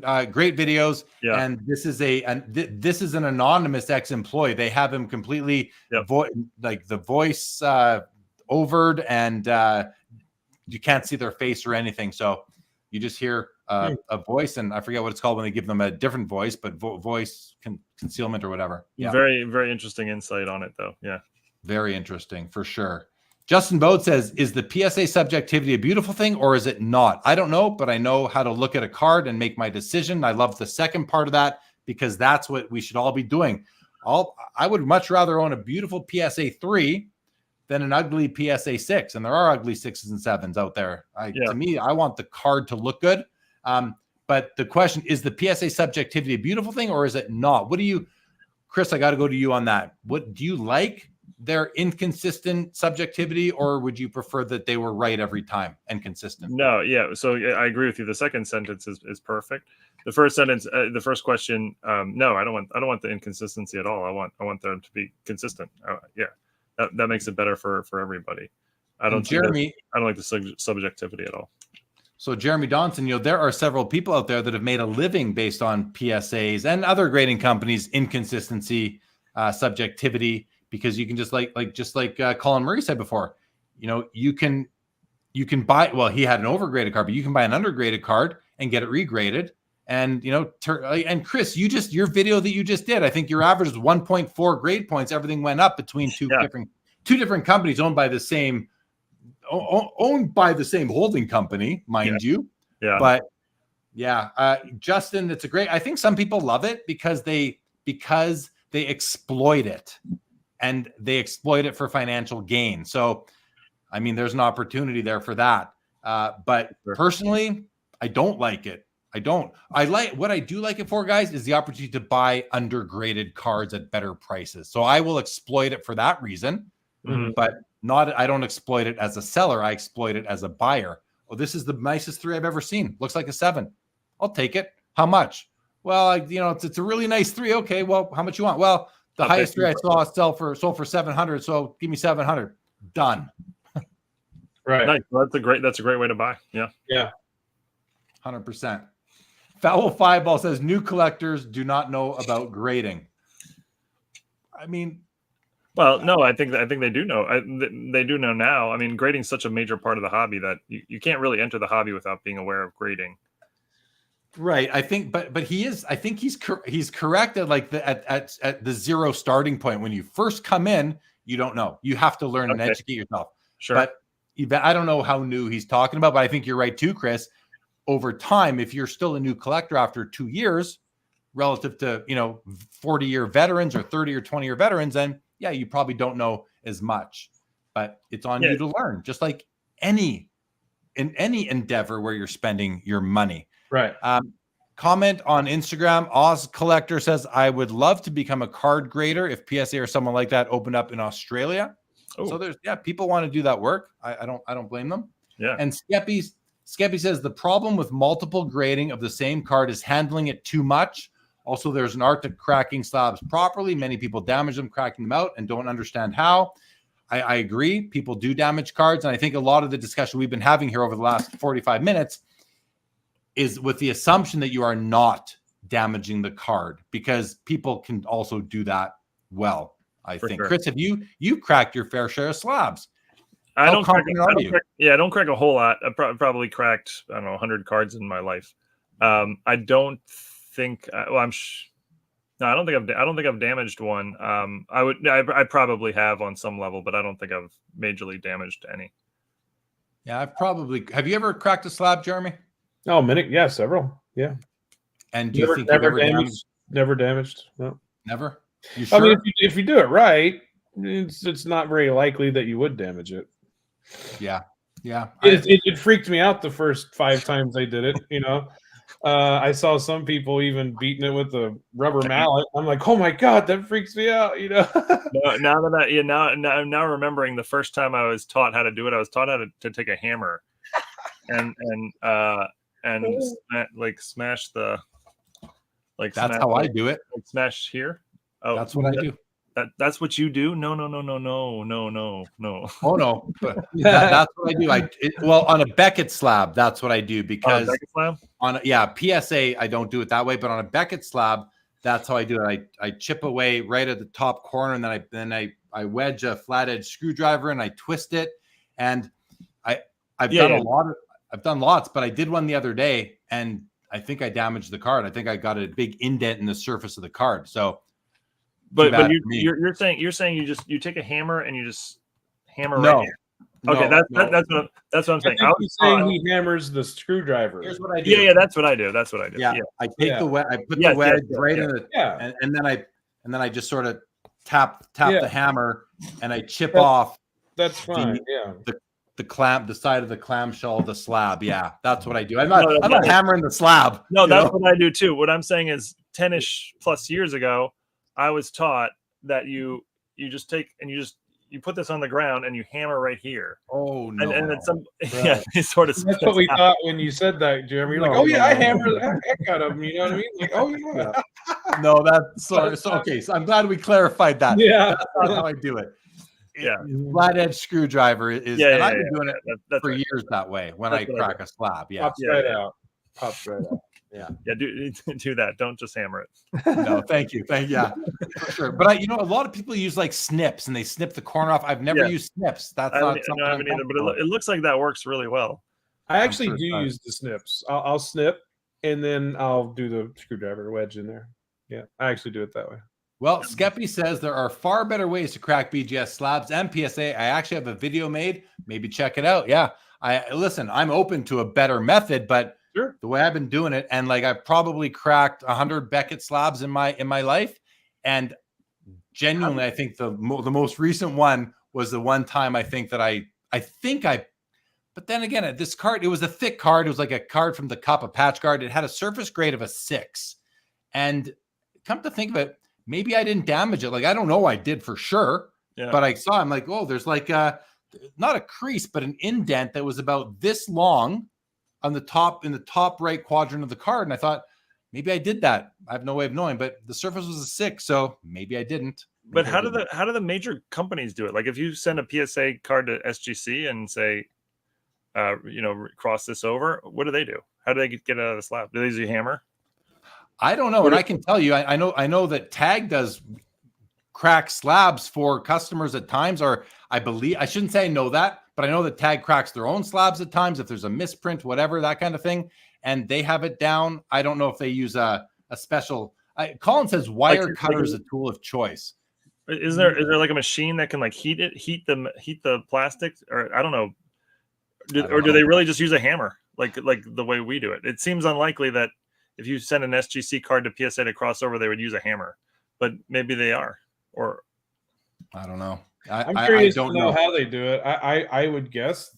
I mean, who knows? I mean, maybe they do have some cool way to do it, but I would guess they do it like we do. Yeah, I don't know. Maybe. Yeah. I would hope they don't, because the way I do it, barbaric.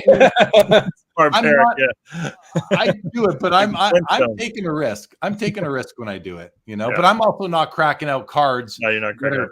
Like I'm doing it, and when I crack them out, I'm 90% of the time it's because I want them in my own PC, not graded, because the rest of my cards aren't graded in that particular collection of mine. So yeah.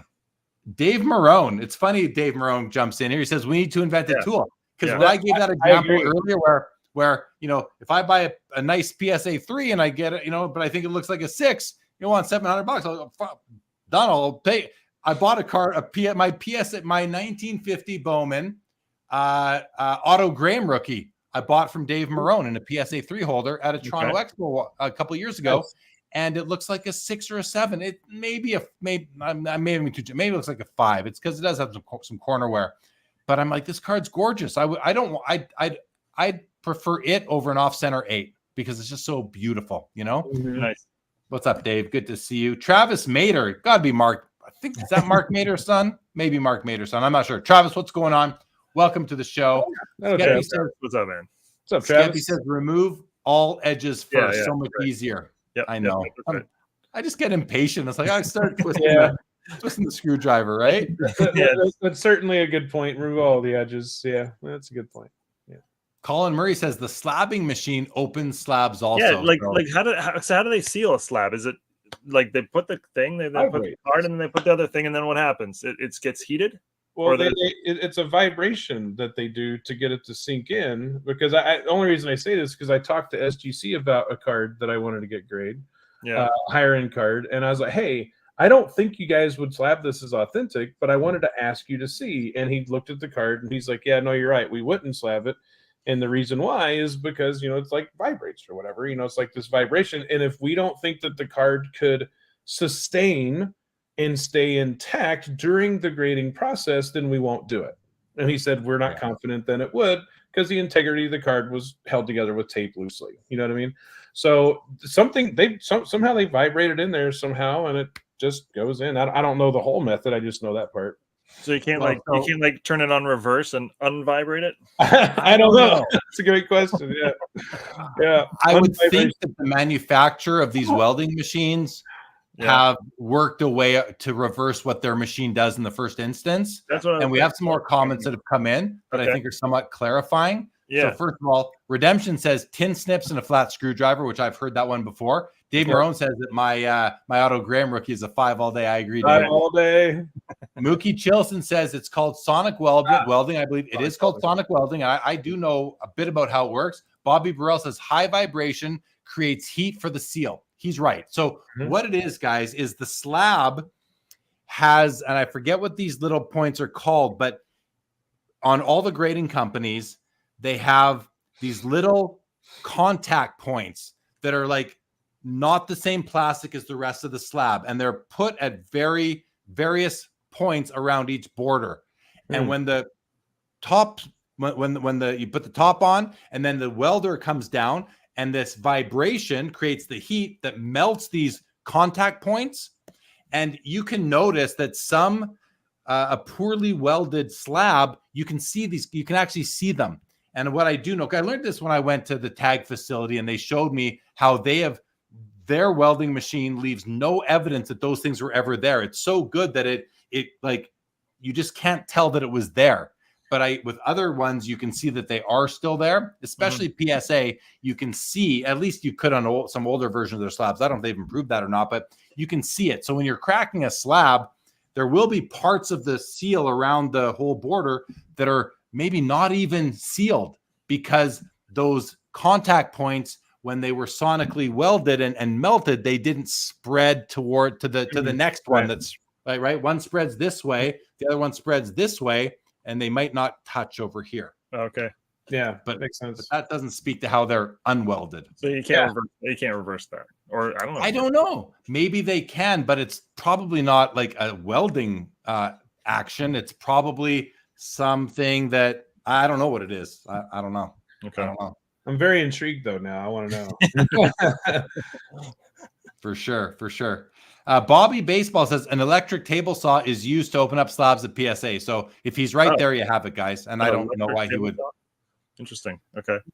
And that makes sense to me, because especially if you use they clamp it in place, you're not going to damage the card. You do it right at here's a PSA slab right here. You do it right at the edge here. So this part is all good, and the cards. Yeah, of course. I can see that happening. Yeah. All right, guys. Skeppy says wear safety glasses before you go snipping or smacking plastic with a hammer. What I do is I actually take the slab, and then over the slab I put a piece of paper towel, and then I put my hammer over it, my screwdriver, and then I tap it, and I tap off. I chip away the outside of it. Yeah. And because the shards will go flying. Yeah, they will. But yeah. And Bobby says drill through the top corner works perfectly. Another strategy. Okay, guys, listen, we got 5 minutes left here. We're going to do the Mint Ink giveaway for a $50 gift card to the mintink.ca store.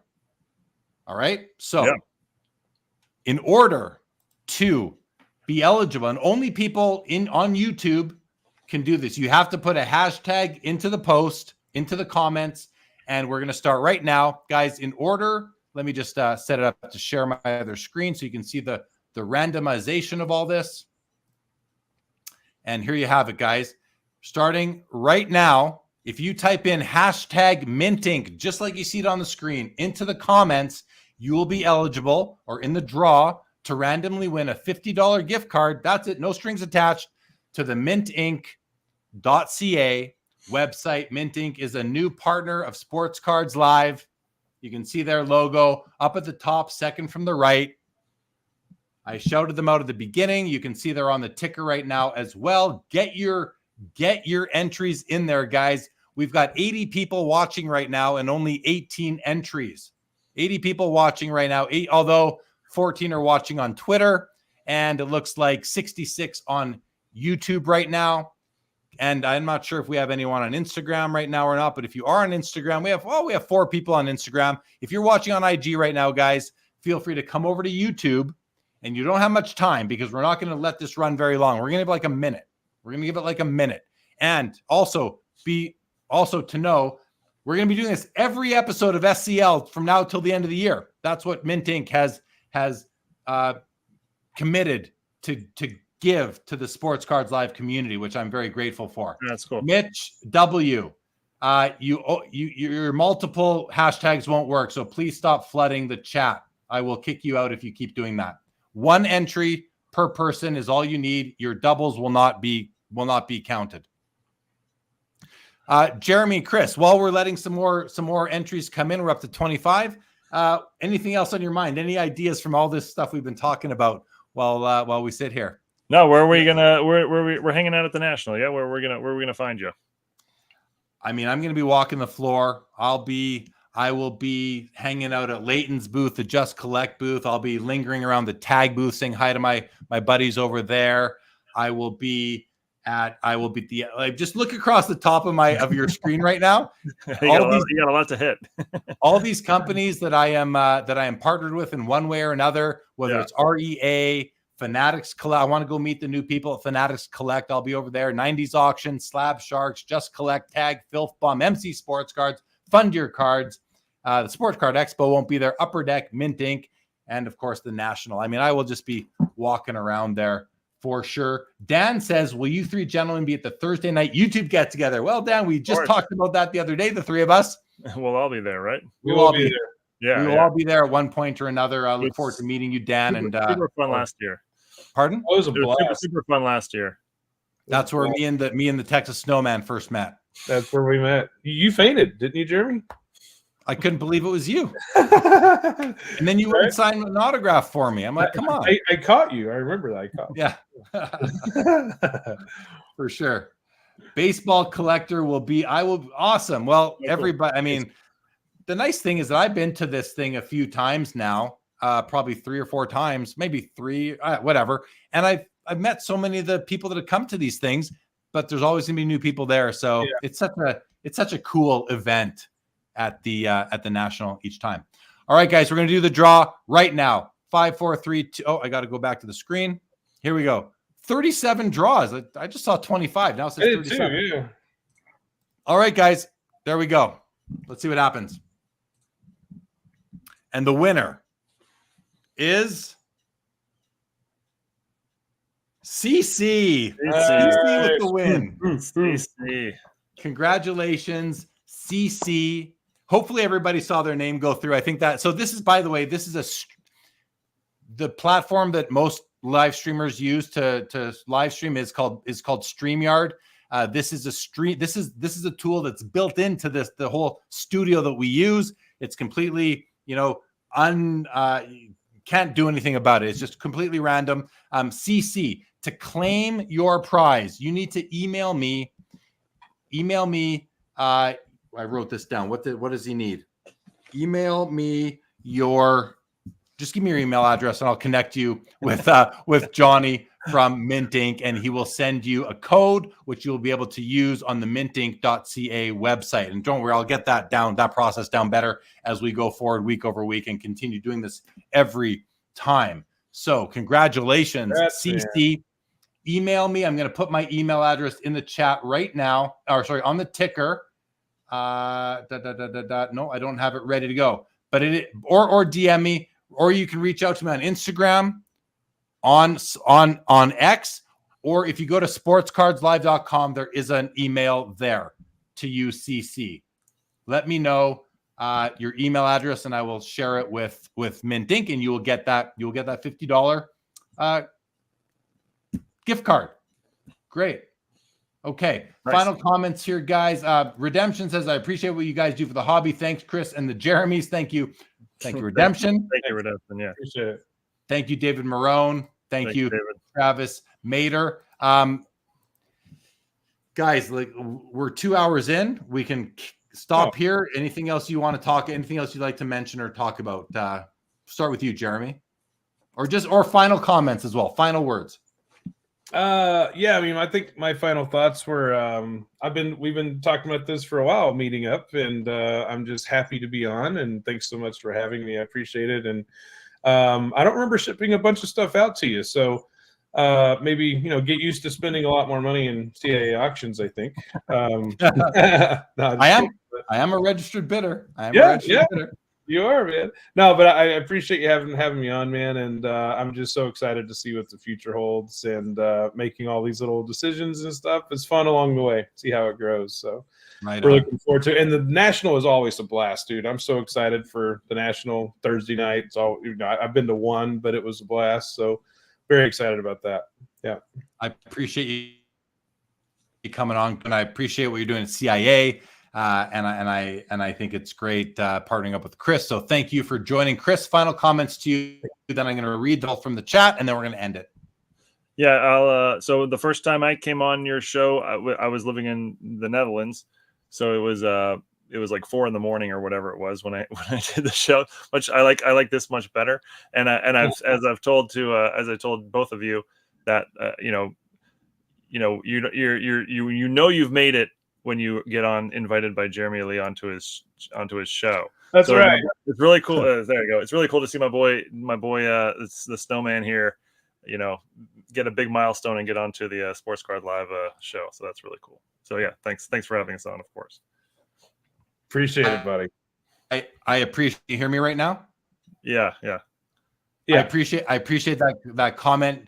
And I'll just say, to throw it back at you, you also know you've made it once you've collaborated with Chris Sewall, a baseball card collector, investor, dealer.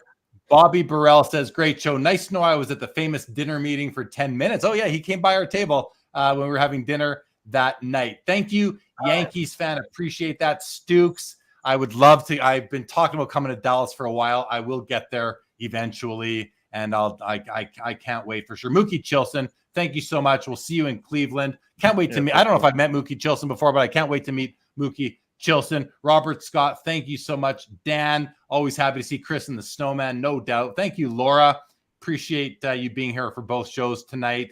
Professor says he's on the CIA auction website right now. Awesome. Very cool, Professor. CC, thank you so much. Send me an email. It's the only way you're going to get your $50 gift card from minting.ca, and I can't wait to get that to you. Guys, go. Oh, sorry. One more thing. Just I don't know if I said it, but the CIA booth is booth number 420, right in front of PSA, right by the entrance to the right. You can't miss it.